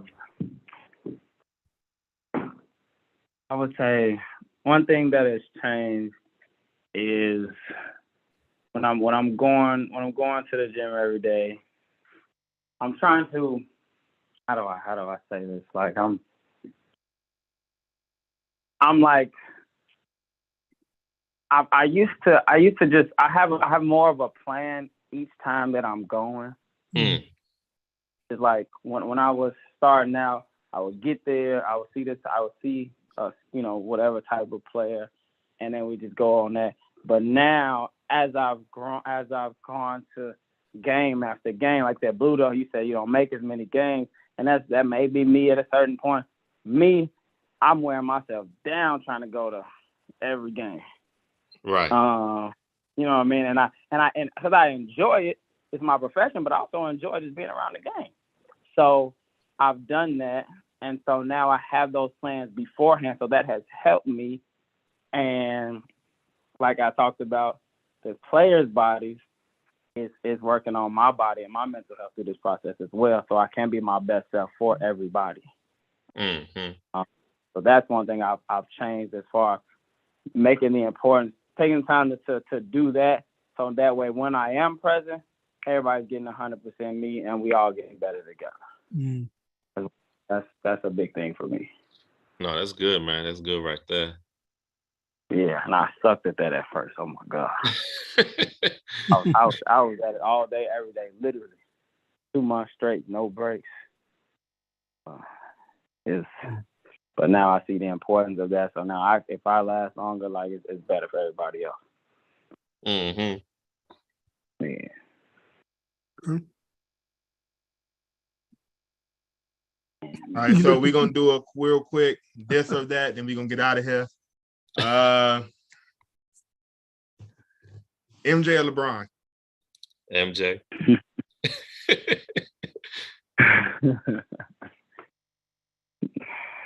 Do you mind if I hear Blue's explanation on that? Oh God. No, I'm just asking. Is that okay, or we just answer? Blue, if you want to explain to him why, why not? Yeah. No. I'm not necessarily disagreeing. I want to hear. So for me, like I've had to play, and I can't stand comparing players. And because when you break down, let's say the comparison between LeBron and Jordan, they're very different players at the end of the day. But since the question was asked, for me, I would say Jordan, and I can't stand these questions, but for me, the eye test is very important, right? At the end of the day, I need someone that's going to get it done regardless of the situation. So that's key. I could care less about, a lot of these stats, a lot of these championship rings and all that stuff. Granted, that adds value to the resumes, but when I watch them play, I see a killer in MJ more than I do in LeBron. But LeBron's great too. That's the thing though. Like, that's why I can't stand these arguments, man. And I don't even like the animal of a goat. It's too devilish for me. But anyways. I will say I usually err on the side of Michael Jordan. And it's because I think LeBron is the better pure basketball player. Everything he's done and how he plays the game, and I hear you. Yeah, I truly believe that. But it's hard for me, and I preach this every day because it's a toughness thing. Not to say LeBron ain't tough, not to say he ain't played against better competition and all the other stuff. But it's a part of it for me is just the fact that when I look at Mike and I say he just had a way of just saying I'm gonna get it done regardless. Right. And that to me, that puts you, I guess, I would say the greatest of all time. Maybe not the best basketball player if you want to get specific, but the greatest of all time. When I got to the top of the throne, I didn't get knocked down.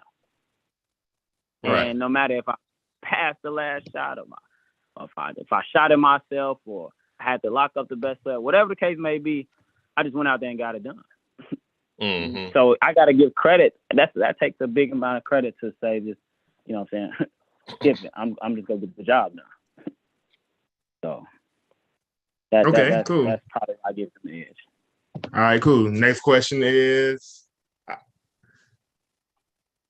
Nike or Adidas?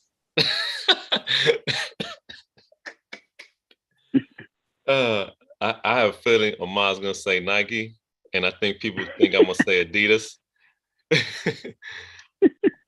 But I mean, to me, it's funny because like right now, I could really care less about either brand. But a lot of what I have is Adidas, and that's not necessarily, that's more by default than anything right now. Like I'm not a big fan of a lot of these companies anyway right now. So there's another story. Gotta come over to we gotta come over to the New Balance side, cuz. I'm gonna make my own shoe. What was the other one? What was the other move? Gatorade or Powerade? Right. I don't even drink none of that. I'm strictly water. Got to make a choice, Blue. Do not be political right now, Blue. I ain't being political. I haven't drank Gatorade or Powerade in like 20 years. Like I drink water and tea all day, every day. When we done, I'm about to make me some tea, some infused tea. I got some peppermint ginger tea waiting for me after this. Yeah, I sound old. Tea out there every day. But I would say one of my favorite things is like blue Powerade. We can't go wrong. So we'll go with that. Can't go wrong with anything blue. I hear you. All right, I got one. The 72-10 Bulls or the 71-9, or what is it? The 69 and whatever. Go to 73-9 Warriors. I have a question. Who won the championship though? I thought they both did, didn't they? Nope. Negative. Oh, the Bulls. The Bulls. 73-9 Warriors lost to Golden State. Lost to Cleveland when they was up 3-1. Oh yeah, that's right. Yeah, so no comment for me. You know where I stand. Hey, but so to put that into perspective, right? No takeaway from LeBron, but Golden State got hit with the injury bug late in the season. But we gonna throw that out there. But that's any season. You could go to any. Yeah, but they was sport. up 3-1, dog. Like you can't say late in the season and they was up 3-1. But they lost Draymond. Boy, that first year, Steph won. But they was still without Draymond. They were still up 3-1. Wait, Omar brought up a great point. You gotta go think about the first championship they won. LeBron didn't have Kevin Love, and he had Kyrie for 3 quarters. And he was up 2-1. So if one of them, imagine if Kyrie or Kevin Love were healthy, we would not probably been talking about a Golden State dynasty. It could have been a Cleveland dynasty, but that's in any sport. We can talk about all types of dynasties. Yeah, all type of ifs. You can do that. All right, I got another one for y'all. December the 18th, the Philadelphia Eagles or the Chicago Bears. Don't do it. Don't do it. You just lost all your rights to be a co-host. And I'll be at that game too, Broski. Yes, sir. I'm gonna go watch that beat down in person. Hey, how do you get fired on air? That's a good. How your son get uninvited to everything? Right. He's going with me too. Oh, but look. So when X see us, he gonna be like, "So what happened?" Ask your daddy. Just ask your daddy. Ask your daddy. He should have kept that one to himself. We going down there amongst the. They talk about Philly fans. Them Chicago fans ain't no joke. When we going down there thick. I hope that be the only game we win too. Not the only game. I hope and pray that a miracle happened and we beat the hell out of them. Because I ain't gonna lie, I'm a diehard Chicago fan, bro. Even when Chicago Bulls was terrible, I was walking around. You gotta understand, I was in school in Nebraska. I had so much bull stuff, bro. But they terrible. Shut up. Y'all ain't got a team. Talking to me. Don't talk to me until you get a team. It's the same with us. It's the same with me and Zay. We diehard Philadelphia everything, bro. The year before Embiid and them got there, and we had Troy Wooten and all them dudes. Yeah, we was still rooting for them cats. Wait. You talking about Tony Roden? Yeah, Tony Wooten. I'm sorry. I said Troy. I meant to say Tony. I feel you. That's a killer right there. Oh yeah, no, I mean he could hoop, but we was trash. But I get the time period. Philly was still pretty terrible though. Yeah, we were definitely terrible. Hey, but you got to understand. So I walk around. So if anybody know me, right? I have every color snapback there is with the Bulls logo on. Bro, you don't want me to go grab my snapback that I just got a few weeks ago that I've been like I'm Phillied up everything, bro. With so we're clearly terrible right now. So when I be out in other places, like when I be traveling like to Indiana and stuff like that, you really a Bulls fan? You really Indiana? You really live in Indiana? Like, right. I'm talking to me like, what's to do in Indiana? Like, you got to go off track with the sports. Like, you live in Indiana, bro. Stop. Like, how are we even comparing this right now? That's how I was in Nebraska, bro. Y'all don't even have a team, bro. Why are we having this discussion about the Bulls? Right, you got to pick a region and cheer for them living in Nebraska. Yeah, like you don't even got a team. You go find y'all the sports team, bro, and then you come talk to me. Other than that, we ain't got no conversation. Yeah, because after the Cornhuskers, like there's nothing to do. And we've been terrible for a while. Like I started talking about my own basketball team, like I wasn't playing for it. Like, bro, we terrible. That's all we got is us, and we terrible. We ain't been to a bowl game. Our football team been to the bowl game in forever. I don't know when the last time we won a Big Ten anything. So let's just chill on my Bulls and my Bears and the White Sox, the Cubs. I don't care what it is. We just gonna just chill. You just chill. But I appreciate you fellas for coming on. Like I said, share it with your friends and family. I'm finna get out of here to get home to my family, of course. And family something to eat me a sub or something. I appreciate you, gentlemen, for coming on, man. Hopefully, appreciate you having. Hopefully, after this conversation, you will see me. I'll post a video, me being in one of their gyms, getting a workout in. As I'm making my comeback to this thing, I'm saying, hopefully I get an invite. You know, they call me off the air and be like, you know what, bro, you was right. We're going to invite you in. I'm saying, they invite my kids in. All my kids get to go to them. But I call them like, bro, I just want to get in the gym. You know, I'm going to give you a call, let you know when to get in the gym. Ain't got a call. What you doing Sunday? I got a game. Oh, okay. I'll just check. Yeah, I gotta get Zay down with a mod. I want to, get Zay with a mod. No, I'm playing a league. It's called Blue don't want to train Zay no more. And he don't want to. I play in a league called it's called the Dat League. And yeah, I play out there. Then I play in the league in Dixmoor. I got my adult team more that I've been putting together, bro. I got a bunch of the older vets.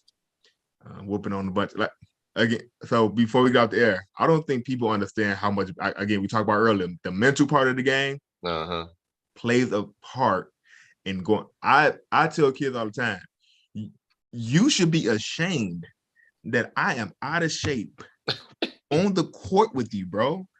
It's like you talking to me like you ain't made a shot yet, and you ain't made a shot either. We in the same boat, and you do this every day. I am out of shape. I am out of shape. I shouldn't be able to guard you. But you know what it is? I just know more than you. Mm-hmm. I ain't been on the court. It's been a long time since I've been on the court and played. No, I kind of got my bounce back. I had a dunk what was it, last week? Ain't no one see it. You said what? You gotta see some tape, man. No, I had an in-game dunk. Okay. Was it small fry? Small fry high. All right, here we go. No, I had a real in-game dunk. I can still dunk the ball like that. Like let's just that be clear. Now, do I choose to dunk the ball? No, bro. That takes a whole different energy, bro. I've always been the straight to the. That's why I was the straight to the point player because I was let me reserve my energy because I'm not exerting all this energy doing 1,000 moves. That's too much energy. I'm just gonna go down at this point. I'm just gonna go downhill, straight right hand, and get a bucket. Right. I average 30 doing that. So I don't know. Everybody holler, James Harden. He going left. Gotta stop it. Right. It's like okay. And then my thing is he going strong right. Right. That's not a me problem. That's kind of like more like a you problem to me. Like, right. You know I'm going strong right. They know I'm going strong right. So you got to stop it, not me. I'm not changing. I mean, I go left if I have to, but if you're gonna allow me to kill you going strong right, it's not a me problem. But that's before you problem. Before we go, that's one of my biggest pet peeves right now. About when I get feedback about Xavier is like, all he do is dunk, all he do is go right. It's like, so the fuck what? I would too if I jumped like that. Like, who the fuck cares? Like, that shit just really annoys the shit out of me, man. But you know what? It's cool. Hey, Brandon Hall that went to Thornton got a scholarship off that. We were playing before we go real quick because I gotta go. We were playing Indiana. We were playing EG10 team in Indianapolis, and he was killing them. They had a big that was going to Purdue. He was killing him, going just hard right, sweep through hard right, against the left, hard right. The coach, he can't go left. Send him left. So in the middle of the game, he decides to go left, and now he got to do moves to get left. I just put him to the side and say, "Why you go left? Because he don't think I can go left." So, right. That's not a yo problem.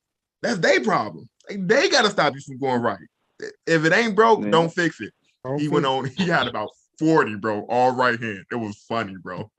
He had about 10 dunks. Like, it's okay, coach. They got to figure that out in practice. We ain't got to figure that out. That ain't our issue, bro. Exactly. But all right, gentlemen. Y'all be smooth, man. Have a good night. Thank you. Y'all have a good night. All right. All right. Yep.